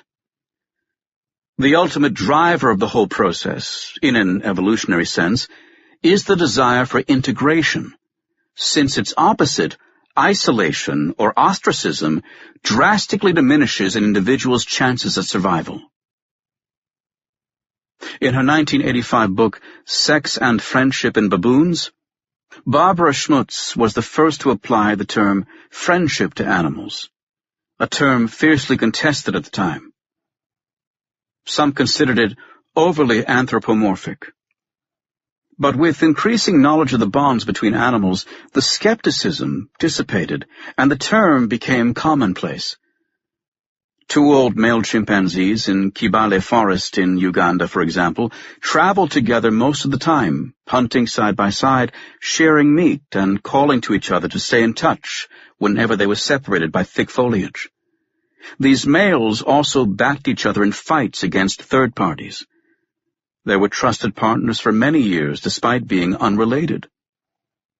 John Matani, a primatologist who followed them for years, relates how upon the death of one of them, his buddy became far less sociable, isolated himself, and seemed to go into mourning. Many such relationships have been documented, and DNA analysis supports the claim that they often are between non-relatives. The friendship label is no exaggeration, therefore, and is also applied to bonds among elephants, dolphins, and other animals. Field studies on baboons have shown that females with friendships outlive those without them, and raise more offspring. There are excellent evolutionary reasons, therefore, to value close relationships. The social code to stay on good terms with everyone covers, among other things, who can mate with whom, how to play with infants, whom to defer to, and under what circumstances to appropriate another's food or await your turn. Chimpanzees and bonobos respect each other's possessions, so that even the top male may have to beg for his food. It is rare for dominant individuals to take another's food by force, and code violators meet with fierce resistance. The community attack on Volker, described in Chapter 3, illustrates how wild bonobos handle those who break the rules. There is no shortage of similar examples, such as the following scene in the chimp colony under my observation window. Jimmo, the previous alpha male, once punished a younger male for suspected mating. Normally, Jimmo would merely chase the culprit off, but for some reason, Perhaps because the same female had refused to mate with himself that day, he went full tilt after his rival and did not relent. The young male had diarrhea for fear, and it looked unlikely that things would end well. Before Jimmo could get his hands on him, however, females gave loud wow barks in protest. This swelled into a deafening chorus when the alpha female joined in. Once the protest reached a climax, Jimmo broke off his attack with a nervous grin on his face. He got the message. I felt I was witnessing public opinion at work.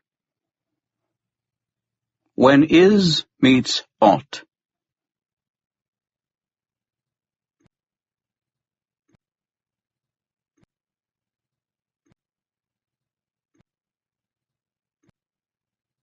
What is so fascinating about the social code is that it is prescriptive. The code has teeth. I'm not just talking here about how animals behave, but how they are expected to behave. It all boils down to the distinction between is and ought. This may sound like an odd grammatical aside, but the is-ought divide happens to be a major topic for philosophers. In fact, it is impossible to discuss the origin of morality without getting embroiled in this distinction. The is describes how things are, social tendencies, mental capacities, neural processes, while the ought relates to how we want things to be and how we are supposed to behave. The is about facts, and the ought about values. Animals living by a prescriptive code have made a transition from is to ought.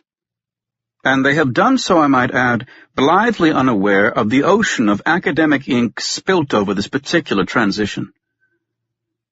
The Scottish philosopher who gave us the is-ought distinction, David Hume, wrote almost 3 centuries ago that we should be careful not to assume that the two are the same, adding that a reason should be given for how we argue from the facts of life to the values we strive for.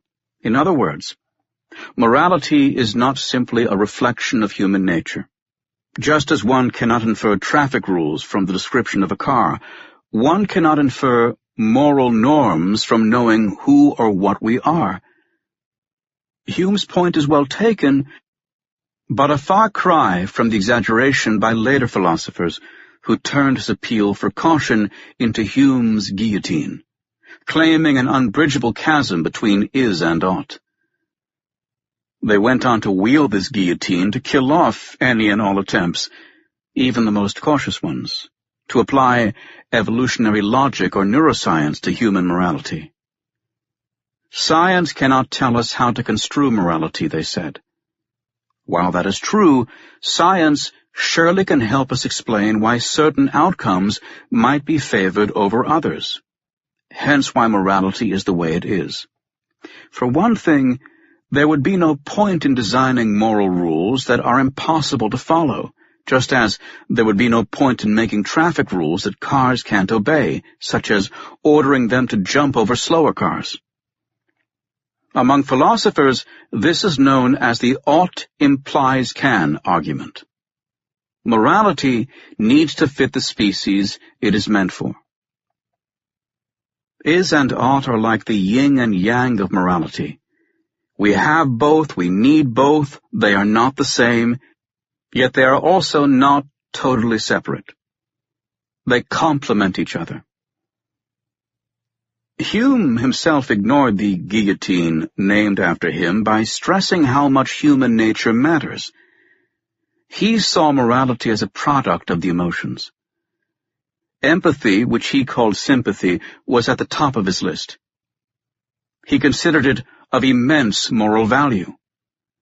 This opinion represented no contradiction on his part, since all he urged was caution in moving from how we are to how we ought to behave. He never said that such a move was prohibited. We should also keep in mind that the tension between the two is felt much less clearly in real life than at the conceptual level at which most philosophers like to dwell. They feel that we cannot reason ourselves from one level to the other, and they are right. But who says that morality is or needs to be rationally constructed? What if it is grounded in emotional values, as Hume thought? Values are embedded in the way we are. It is sometimes thought that biology falls entirely on the is side of the moral equation, but every organism pursues goals. Survival is one, reproduction is another, and there are also more immediate goals like keeping rivals out of one's territory or avoiding extreme temperatures. Animals ought to feed themselves, escape predators, find mates, and so on. While having a full belly is obviously not a moral value, the distinction becomes harder when we get to the social domain. Social animals ought to get along. Human morality develops out of a sensitivity to others and out of the realization that, in order to reap the benefits of group life, we need to compromise and be considerate of others. Not all animals share this sensitivity. Even if they were as smart as us, piranhas or sharks would never acquire our social code, giving that hurting others, except for the risk of retaliation, doesn't bother them in the least. Emotionally, we are radically different, which explains why we assign the two H's of helping or not hurting special status. Rather than reaching us from the outside or through logic, these values are deeply embedded in our brainstem. In her book Brain Trust, Patricia Churchland inserts is-ought language to explain how evolution predisposed us for morality. From a biological point of view, basic emotions are Mother Nature's way of orienting us to do what we prudently ought. The social emotions are a way of getting us to do what we socially ought. And the reward-punishment system is a way of learning to use past experiences to improve our performance in both domains. The tension between what we are and what we should be leads to intriguing debates, such as one I had with a blogger who claimed that people with a natural altruistic drive are less deserving of our esteem than those who have no such drive, yet still show altruism. One of the most influential moral philosophers, Immanuel Kant, thought this way. He saw about as much worth in human kindness as Dick Cheney saw in energy conservation. Cheney mocked conservation as virtuous yet irrelevant, whereas Kant called compassion beautiful yet without moral use. Who needs tender feelings if duty is all that matters? Another blogger, in contrast, preferred people with a spontaneous impulse to help to those who help only on the basis of a calculation of what is the right thing to do. He thus favored felt kindness over altruism out of obligation. It is an interesting dilemma, comparable to the question whom you'd wish to marry, someone who loves you or someone who gives exactly the same support but only because she considers it her duty. The latter spouse is surely putting in more effort and deserves much admiration, but I'd rather be married to the former. I may be hopelessly romantic, but I don't expect a solid commitment out of duty. In the same way, morality will be far more reliable if genuine pro-social feelings constitute its driving force. Hell on earth. The second driving force is our hierarchical nature and fear of punishment. This is an old theme, especially for those who claim that morality can't exist without God. We needn't agree with their gloomy assessment, but there is no denying the role of authority and social pressure. As opposed to pro-social tendencies, which play a role early in life, rule enforcement appears rather late. Even the notoriously hierarchical rhesus macaque shows incredible tolerance of the young. In the 1980s, I conducted experiments by depriving a large monkey troop of water for a few hours, after which I'd fill up their basin. All adults came to drink in hierarchical order, not unlike the nutcracking scene at Tama Zoo, but infants under 1 year of age showed up whenever they wanted. They drank with the highest-ranking males and freely mingled with the top matriarch's family. Punishment came into play only in their 2nd year, when they quickly learned their place.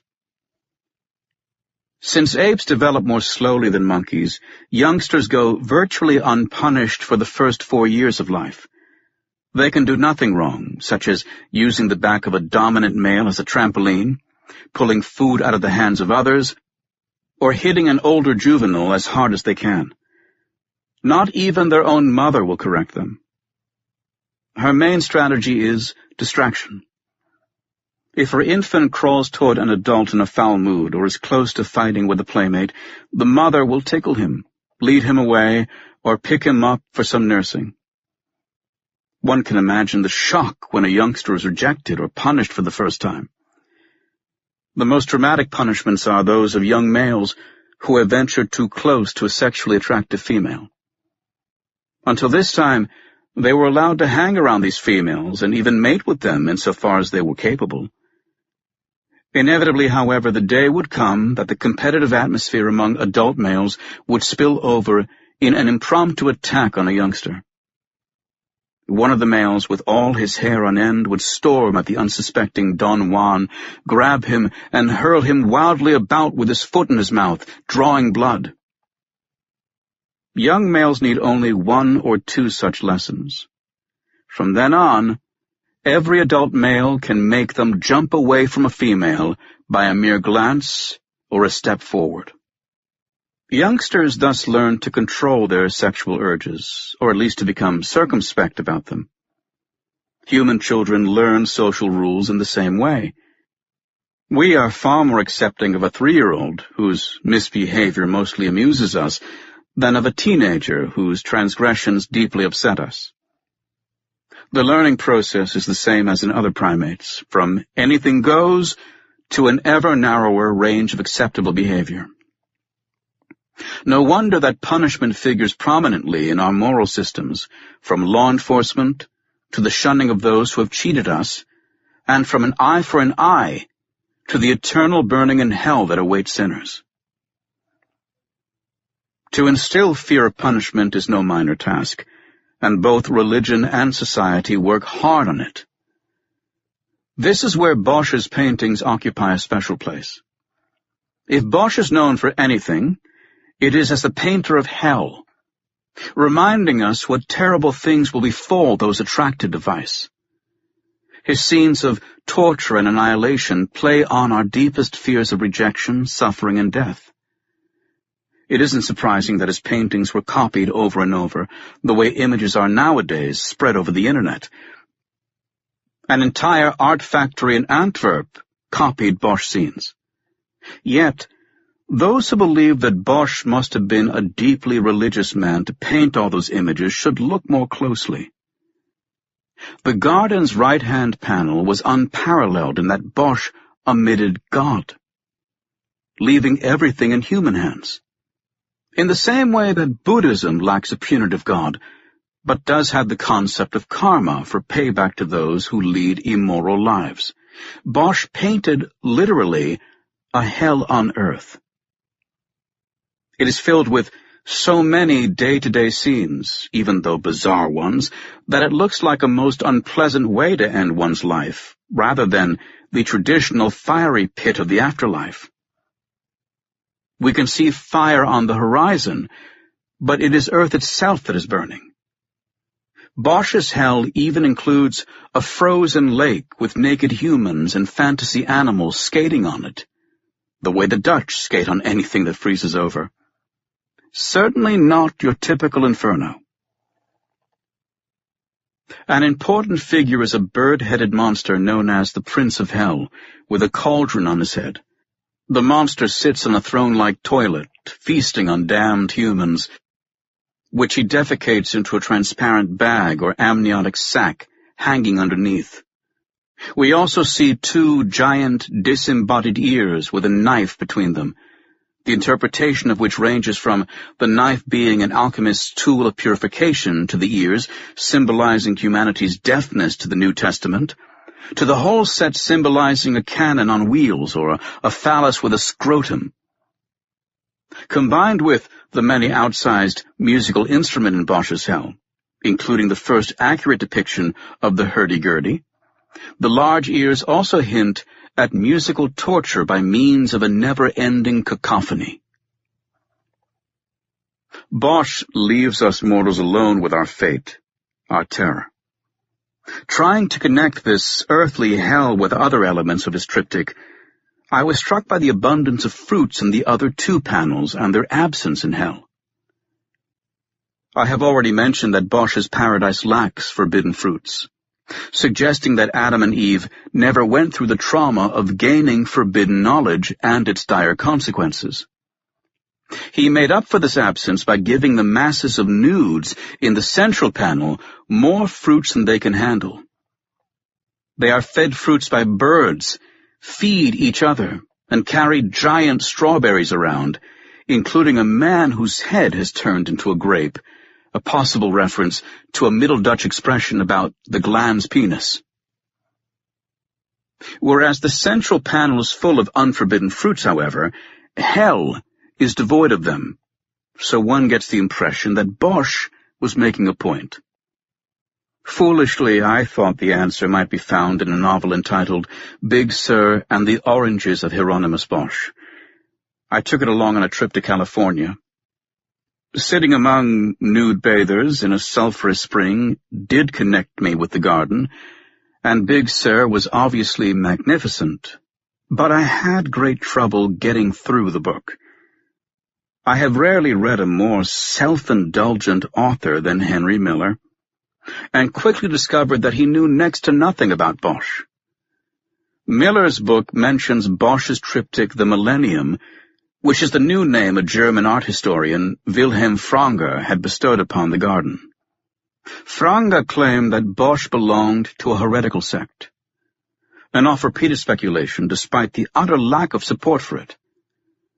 It belongs with other fantasy claims, such as that Bosch was a closet homosexual, afraid of castration, or a raging schizophrenic. Miller is enthusiastic about the depiction of an orange grove, noticing how realistic Bosch's oranges appear. Far more delectable, far more potent than the sun-kissed oranges we daily consume. It is unlikely, though, that Bosch even knew what an orange was. Northern Europeans learned about this fruit only in the 16th century and started growing it in orangeries in the 17th century. Dutch painters, most famously Peter Mondrian, typically feature apple trees or other northern fruits. The garden, too, seems to show an apple orchard. The skewed fruit distribution across the triptych is easily explained. Fruits symbolize pleasure, both gustatory and erotic, and hell is a place where all pleasure is extinguished. This still leaves the absence of God, however. Since God is present in Bosch's other hell painting, The Last Judgment, where he prominently presides over the anguished masses, there must be a reason why the garden leaves him out. Did Bosch have a secular message? Was he suggesting that being immoral was deserving of hellish punishment independent of divine judgment? Was he hinting at Socrates' famous question, whether we need the gods to tell us what is moral?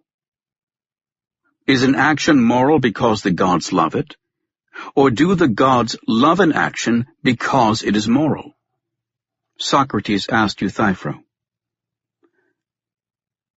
The garden invites us to imagine a world in which we carry out our daily business without divine instructions about right and wrong, and without God's oversight.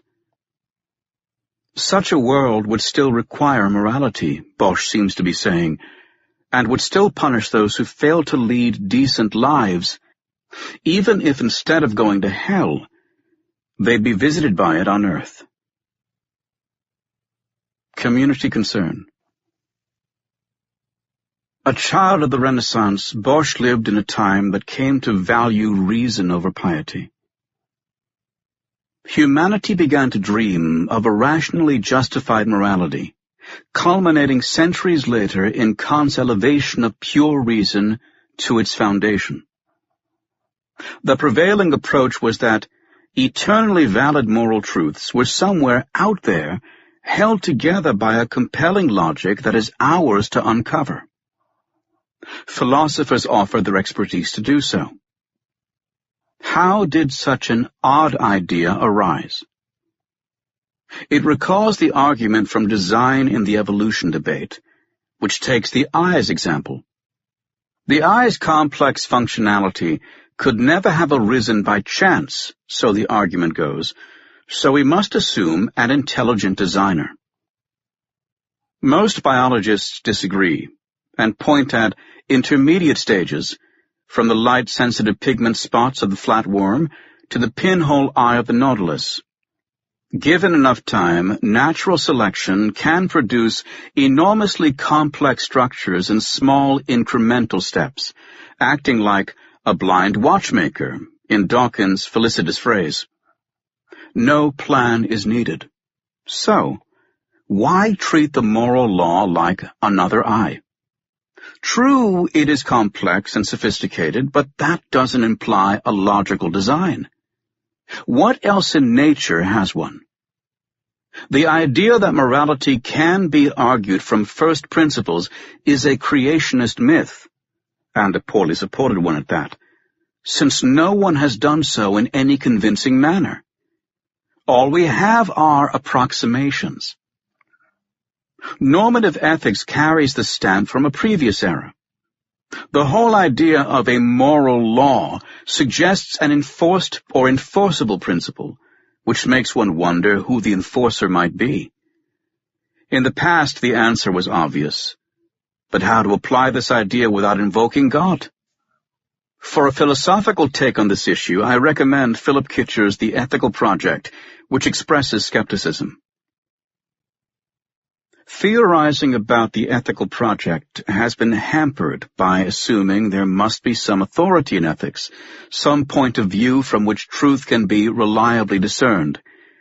Philosophers have cast themselves as enlightened replacements for the religious teachers who previously pretended to insight. But why? Ethics may simply be something we work out together. Although we live in an age that celebrates the cerebral and looks down upon emotions as mushy and messy, it is impossible to get around the basic needs, desires, and obsessions of our species. Made of flesh and blood, we are driven to pursue certain goals, food, sex, and security foremost among them. This makes the whole notion of pure reason seem like pure fiction. Did you hear about the study showing that court judges are more lenient after lunch than before lunch? For me, this is human reasoning in a nutshell. It is virtually impossible to disentangle rational decision-making from mental predispositions, subconscious values, emotions, and the digestive system. According to cognitive science, rationalizations are mostly post hoc. We have a dual mentality that immediately suggests intuitive solutions, well before we've thought about the issue at hand, followed by a second, slower process that vets these solutions for quality and feasibility. While the second process helps us justify decisions, it is a gross sleight of hand to present these justifications as the actual reasons. We do this all the time, however, like the slave owner who says he's doing slaves a favor, or the warmonger who says all he wanted to do is free the world of a tyrant. We are good at finding reasons that suit our purposes. Jonathan Haidt exposed this tendency in Moral Arguments, aptly comparing it to the tail wagging the dog. The grounds we offer for our behavior poorly reflect actual motives. In Pascal's elegant phrasing, the heart has its reasons, of which reason knows nothing. I am, in fact, so skeptical of the explanations people offer for their behavior that I feel immensely lucky to work with subjects unable to fill out questionnaires. Yet the prevailing opinion remains that thinking precedes behavior. I have heard philosophers talk of the idea of forgiveness and the concept of fairness, even claiming we owe the latter to the French Revolution. Are they implying that before Marie Antoinette lost her head, humans were oblivious to fairness?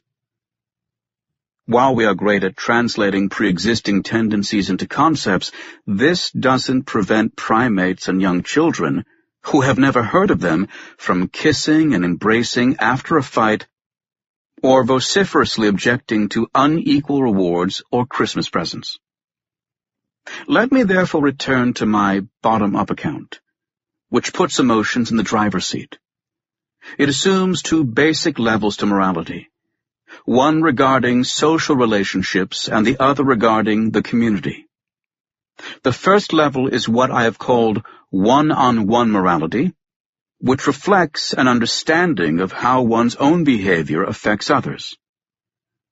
We share this level with other social animals, which develop similar inhibitions and codes of conduct. Failure spells disharmony, which is why we feel an obligation, an ought, to consider the interests of others. Reasoning is not at its root, even though it is not hard to come up with reasons why others would object to poor treatment, or why a male chimp would punish a younger rival hanging around a female.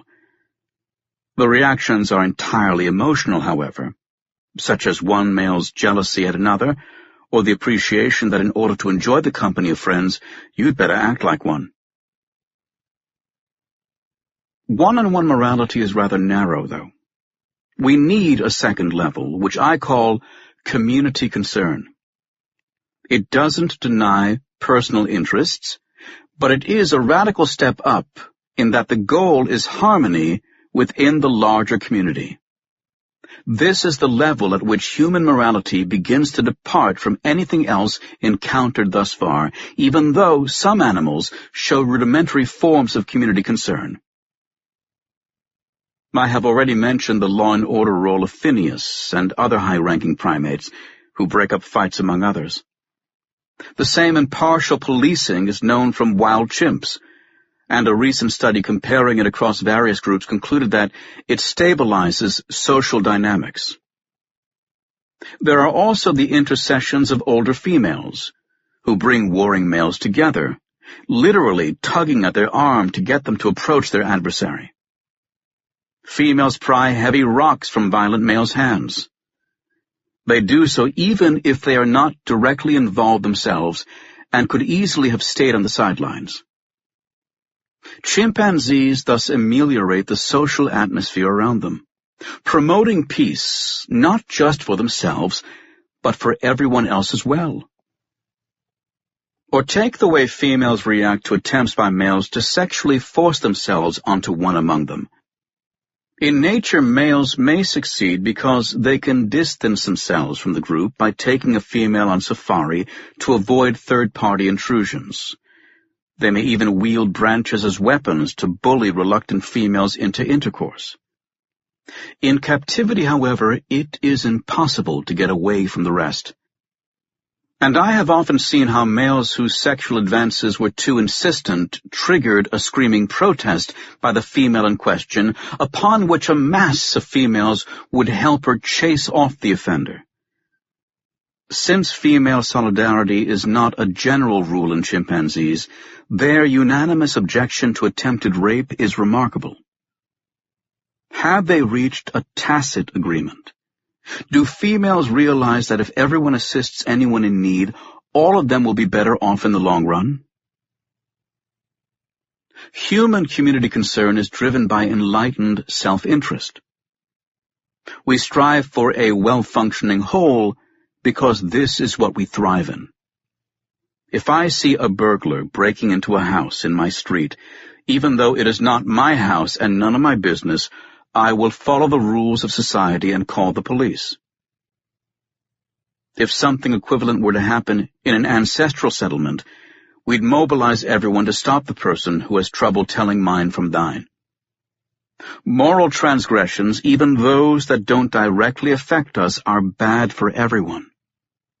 There are great descriptions in the anthropological literature of how this operates in pre-literate societies, such as Colin Turnbull's story of a Imbuti pygmy hunter, Sifu, who had set up his net in front of that of other families. Imbuti hunters stretch long nets in the jungle, after which women and children drive animals, like forest antelopes and peccaries, toward the nets, making lots of noise. The trapped animals are then speared by the hunters. By placing his net ahead of the rest, Sifu made an exceptionally good catch, but unfortunately for him, the others had noticed his cheating ways. Upon return to camp, the mood was somber, and negative remarks about Sifu began to trickle in. According to Turnbull, Sifu's infraction was truly outrageous in the eyes of the usually gentle pygmies. At camp, the other hunters began ridiculing and mocking Sifu. Younger men refused to get up to offer him a seat, while others told him they'd love to see him fall on his spear.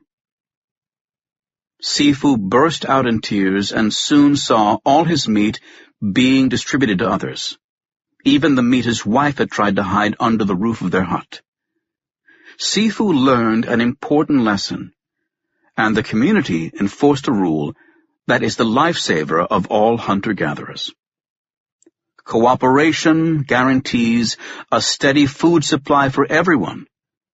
So individual hunting success needs to be downplayed and sharing to be made a deeply felt obligation. I think of such events each time I see chimpanzee public opinion at work, such as when females confront an overly aggressive male. Do they oversee the supra-individual consequences, the way the Imbuti surely do? And do individuals who take the lead gain prestige from doing so? Prestige and reputation are a critical part of why humans act morally even when they don't directly gain from it. Others are more willing to follow the lead of an upstanding citizen than of someone who lies, cheats, and always puts his own interests first. Glimmers of reputation can be seen in the apes. For example, if a major fight gets out of control, bystanders may wake up the alpha male, poking him in the side. Known as the most effective arbitrator, he's expected to step in.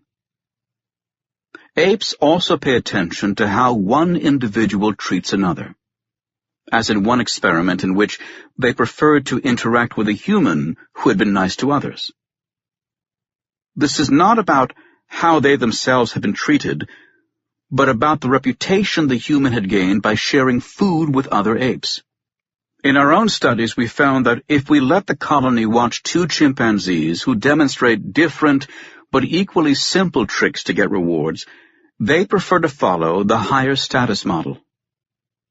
Like teenagers copying the hairstyle of Justin Bieber, they imitate prominent members of their community rather than bottom rankers. Anthropologists call this the prestige effect. But despite the various hints of individual reputation and sensitivity to community-wide issues in apes, humans go well beyond this. We are far better at calculating how our own actions and those of others impact the common good, and at debating among ourselves which rules to implement and what kind of sanctions to apply. We realize that even a small infraction needs to be nipped in the bud, lest the same individual proceed to more serious ones. We also have the advantage of language, which allows us to relay events that occur distantly in time and place, so that the whole community knows about them. If one chimp mistreats another, his victim may be the only one to know. In humans, everyone will know the colorful details the next morning, including people in surrounding villages.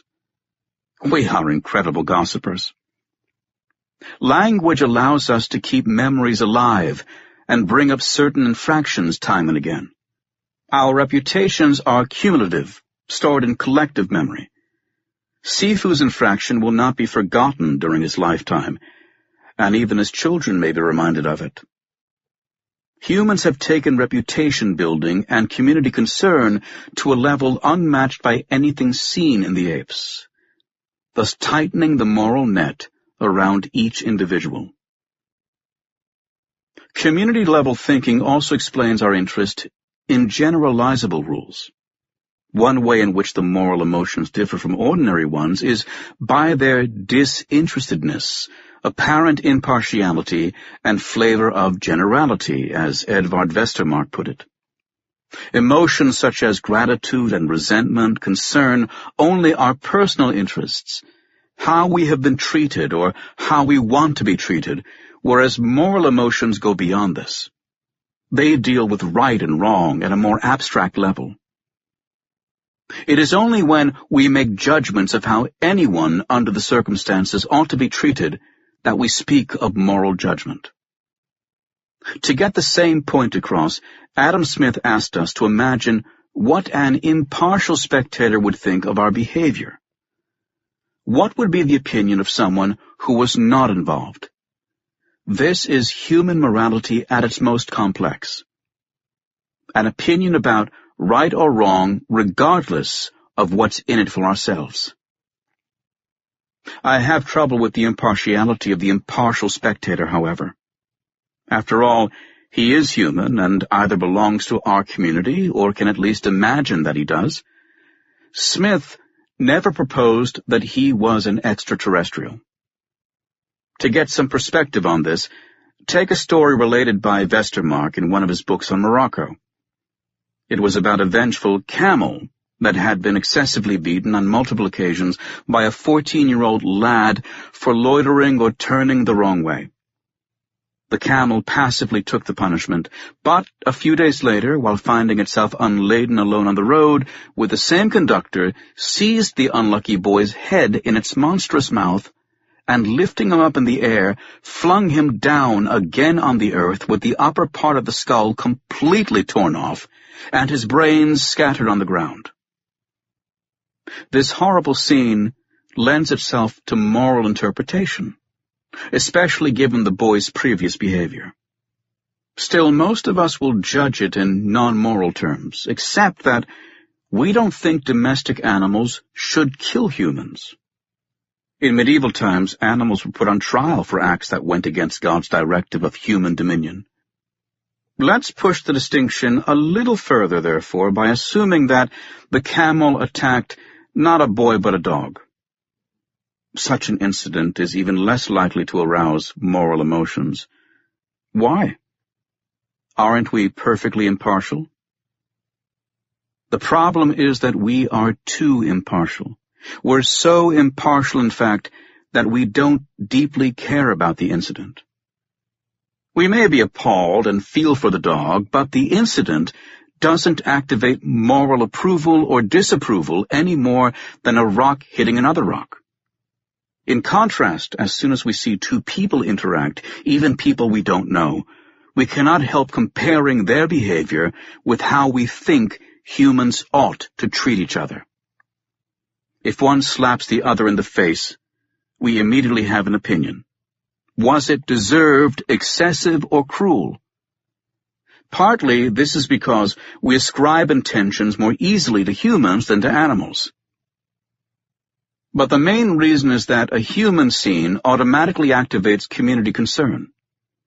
Is this the sort of behavior, we ask ourselves, that we'd like to see around us, such as helpfulness and mutual support? Or does it undermine the common good, as does lying, stealing, or brutality? We are very conscious of the consequences and have trouble staying neutral. None of these concerns are triggered by what happens between a camel and a dog. Chris Bain, an American anthropologist who has worked with both humans and apes, has insightfully written about the way hunter-gatherer communities enforce the rules. He believes it may lead to active genetic selection, similar to that of a breeder who picks animals on appearance and temperament. Some animals are allowed to reproduce, others aren't. Not that hunter-gatherers explicitly think about human genetics, but by ostracizing or killing persons who violate too many rules or breach one that's too important, they do remove genes from the gene pool. Boehm describes how criminal bullies or dangerous deviants may be eliminated by a member of the community, who has been delegated by the rest to shoot an arrow through their heart. Applied systematically over millions of years, such morally justified executions must have reduced the number of hotheads, psychopaths, cheats, and rapists, along with the genes responsible for their behavior. There are still plenty of such people left, one might object, but this doesn't deny the possibility that there has been selection against them. It is a fascinating thought that humanity may have taken moral evolution in its own hands, with the result that ever more members of our species are prepared to submit to the rules. Prozac in the water.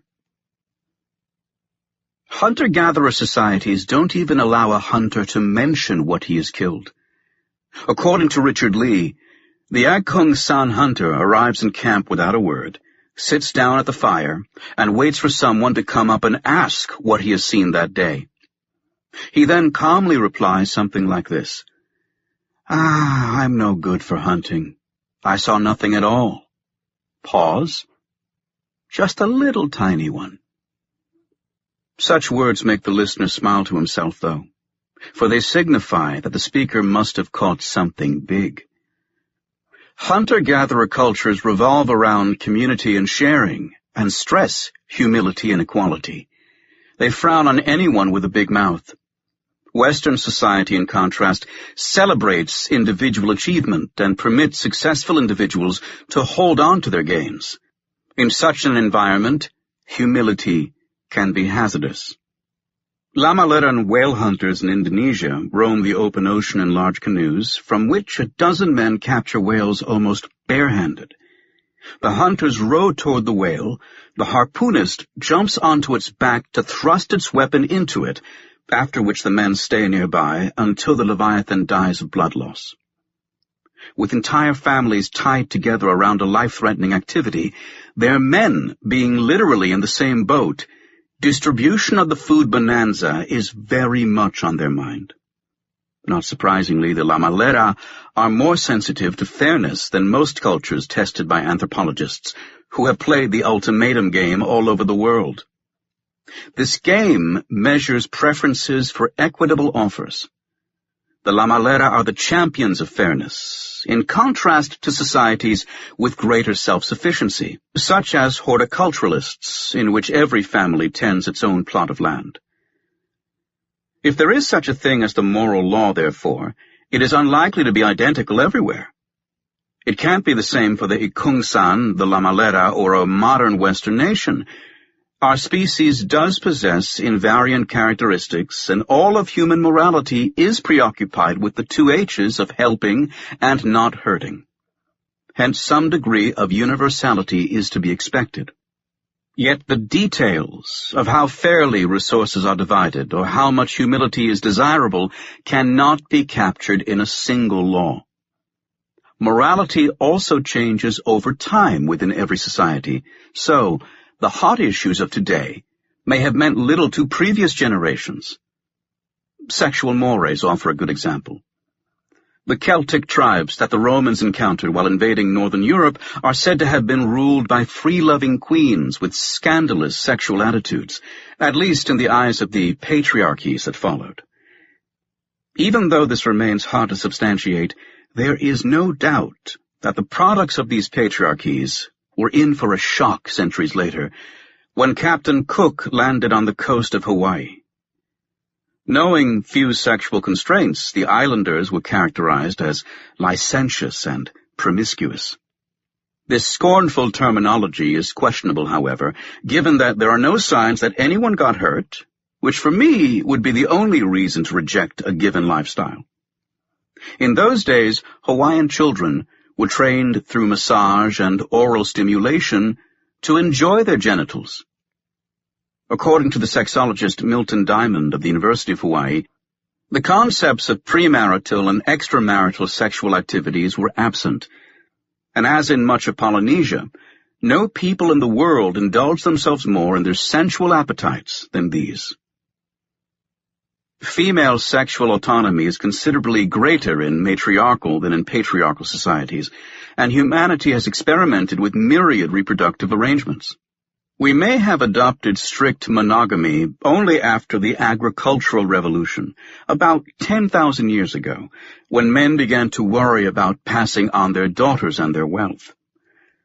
Reproductive obsessions with fidelity and virginity may have arisen only at that time.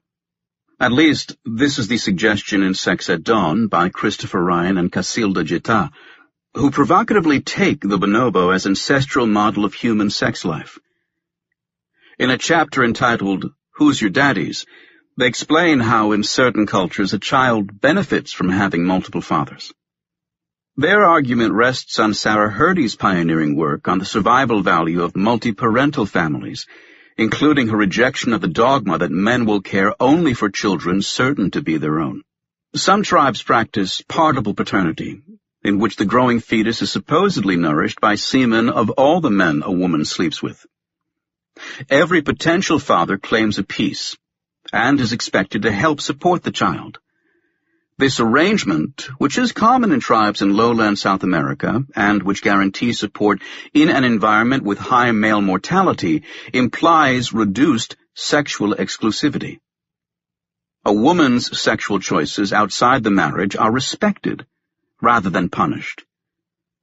On the day of marriage, bride and groom are told to take care of their children, but also to rein in their jealousy of each other's lovers. Sexual jealousy may well be universal, but its encouragement or discouragement is entirely up to society. So much for universal moral norms. Rather than reflecting an immutable human nature, morals are closely tied to the way we organize ourselves. Nomadic cattle herders cannot be expected to have the same morality as large game hunters, who cannot be expected to have the same morality as industrialized nations.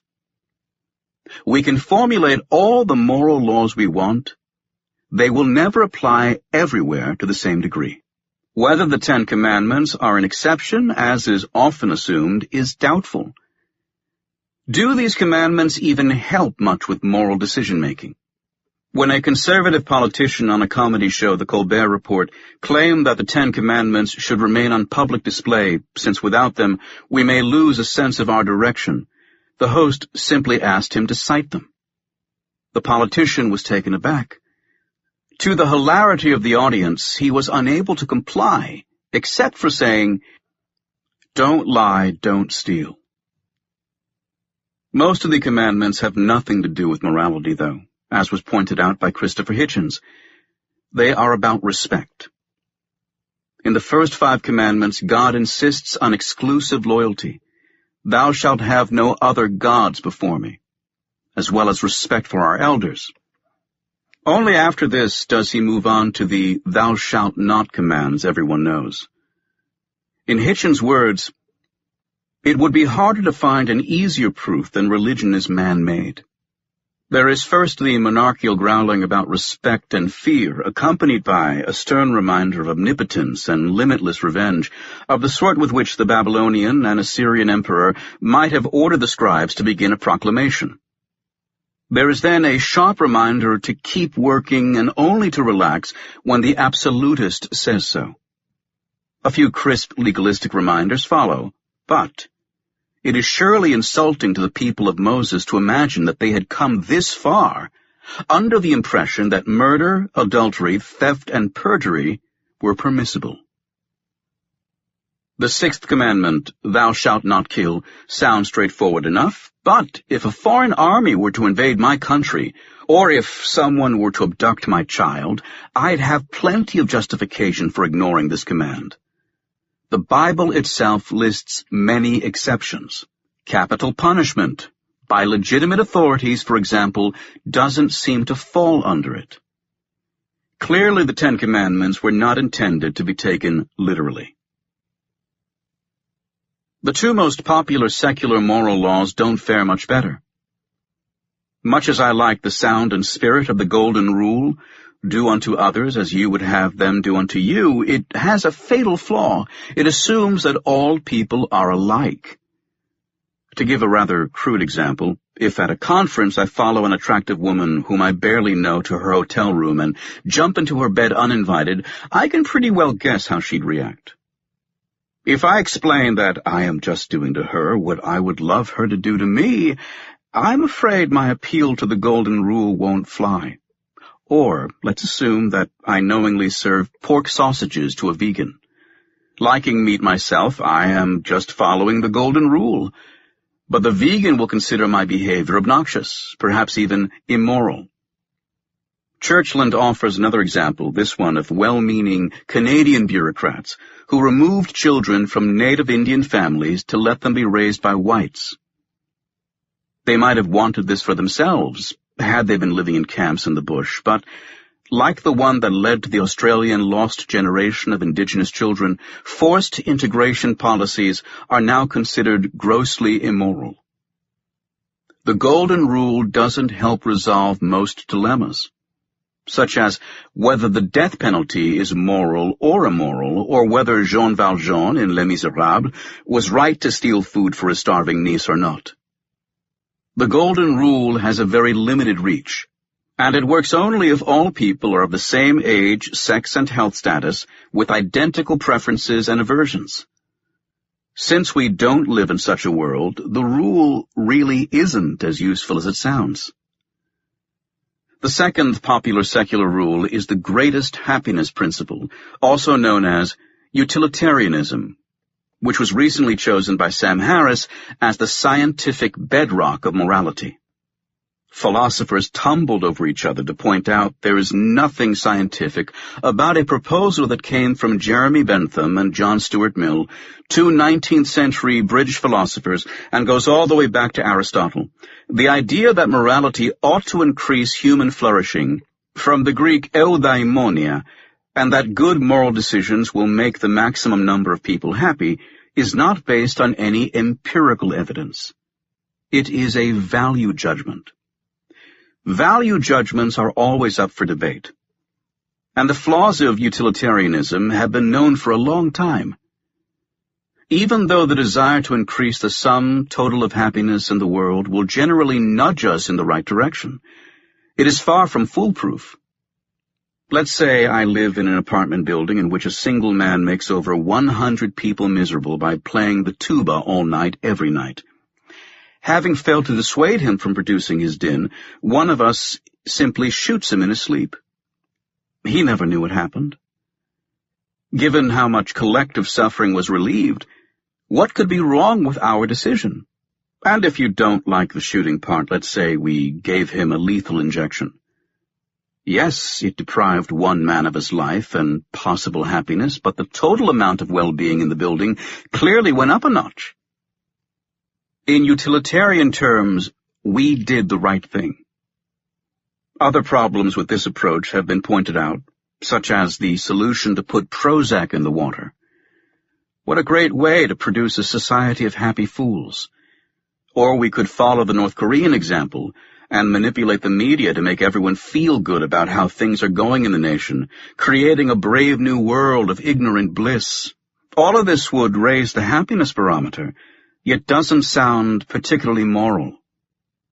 But my own problem with the utilitarian premise goes deeper and is more serious because I feel that it runs totally counter to basic biology. I cannot imagine any society, human or animal, without loyalties. All of nature is built around the distinction between in-group and out-group, kin and non-kin, friend and foe. Even plants recognize genetic kinship, growing a more competitive root system if potted together with a stranger rather than a sibling. There is absolutely no precedent in nature of individuals that indiscriminately strive for overall well-being. The utilitarian proposal ignores millions of years of family bonding and group loyalty. One might argue that we would be better off without these allegiances, that we shouldn't worry about who benefits from our behavior and who doesn't. We should simply override our biology in the service of a more perfect general morality. This may sound great until we consider the flip side of this coin, which is the loss of any kind of commitment and group solidarity. Family comes first is not a utilitarian slogan. On the contrary, utilitarianism asks us to subordinate our family to the greater good. I find this impossible to swallow. If all the children in the world have exactly the same value for everyone, who is going to stay up all night next to a sick one, or worry about their doing their homework? Had Valjean been utilitarian, he would have had no pressing reason to bring his loaf of bread home. He might just as well have handed it out to hungry children in the street. The utilitarian position raises shocking questions, such as why I should stay married if another woman needs me more, or why I should help my parents if other seniors are worse off. There would also be nothing wrong with my selling my nation's military secrets, especially not if to a populous nation. If the number of people I'd make happy in the other country would exceed the number I'd make unhappy in my own, I'd be doing the right thing. If my own country doesn't share this opinion, is this just because it is excessively sensitive? I personally don't think so, since for me, loyalties are not just morally inconvenient, as utilitarians might call them, but very much part of the moral fabric. We expect them, and are appalled by their absence, such as parental neglect, refusal to pay child support, or treason. We despise the last so deeply that our answer is the firing squad.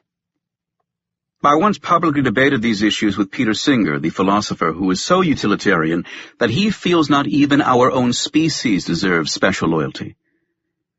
The suffering and happiness of humans and animals are entered into a single equation that covers varying degrees of sentience, dignity, and capacity for pain. The math is mind-boggling. Is one person equivalent to 1,000 mice? Is an ape worth more than a Down syndrome human baby? Does a patient with severe dementia have any value at all? After much back and forth, Singer and I found common ground, namely that humans ought to treat other animals as well as they can. A message of compassion is far more appealing to me than any cold calculation. Singer was forced to concede the drawbacks of his own approach when it came out in the media that he was paying private aides to take care of his mother with advanced Alzheimer's. Asked why he didn't channel his money to more deserving people, at least according to his own theories, he reacted, "Perhaps it is more difficult than I thought before, because it is different when it's your mother." The world's best-known utilitarian thus let personal loyalty trump aggregate well-being, which in my book was the right thing to do. This brief excursion into the Ten Commandments, the Golden Rule, and the greatest happiness principle shows my skepticism that moral do's and don'ts can be captured in simple, unassailable rules. Attempts to do so follow the same top-down logic of religious morality that we are trying to leave behind. It is also not free of danger, since it risks leading us down the wrong path, putting principles before people. In an extreme reaction, the normative quest has been labeled morally irresponsible. Reading Kitcher, Churchland, and other philosophers, one can see an alternative movement underway that tries to ground morality in biology, without denying that its specifics are decided by people. This is also my view. I don't believe that watching chimpanzees or bonobos can tell us what is right or wrong, nor do I think that science can do so. But surely knowledge of the natural world helps us understand how and why we came to care about each other and seek moral outcomes. We do so because survival depends on good relations as well as a cooperative society. Moral laws are mere approximations, perhaps metaphors of how we should behave. That the underlying values can be internalized to the point that we end up with an autonomous conscience is something that, as Kant observed, should fill us with wonder, because how this happens is barely understood.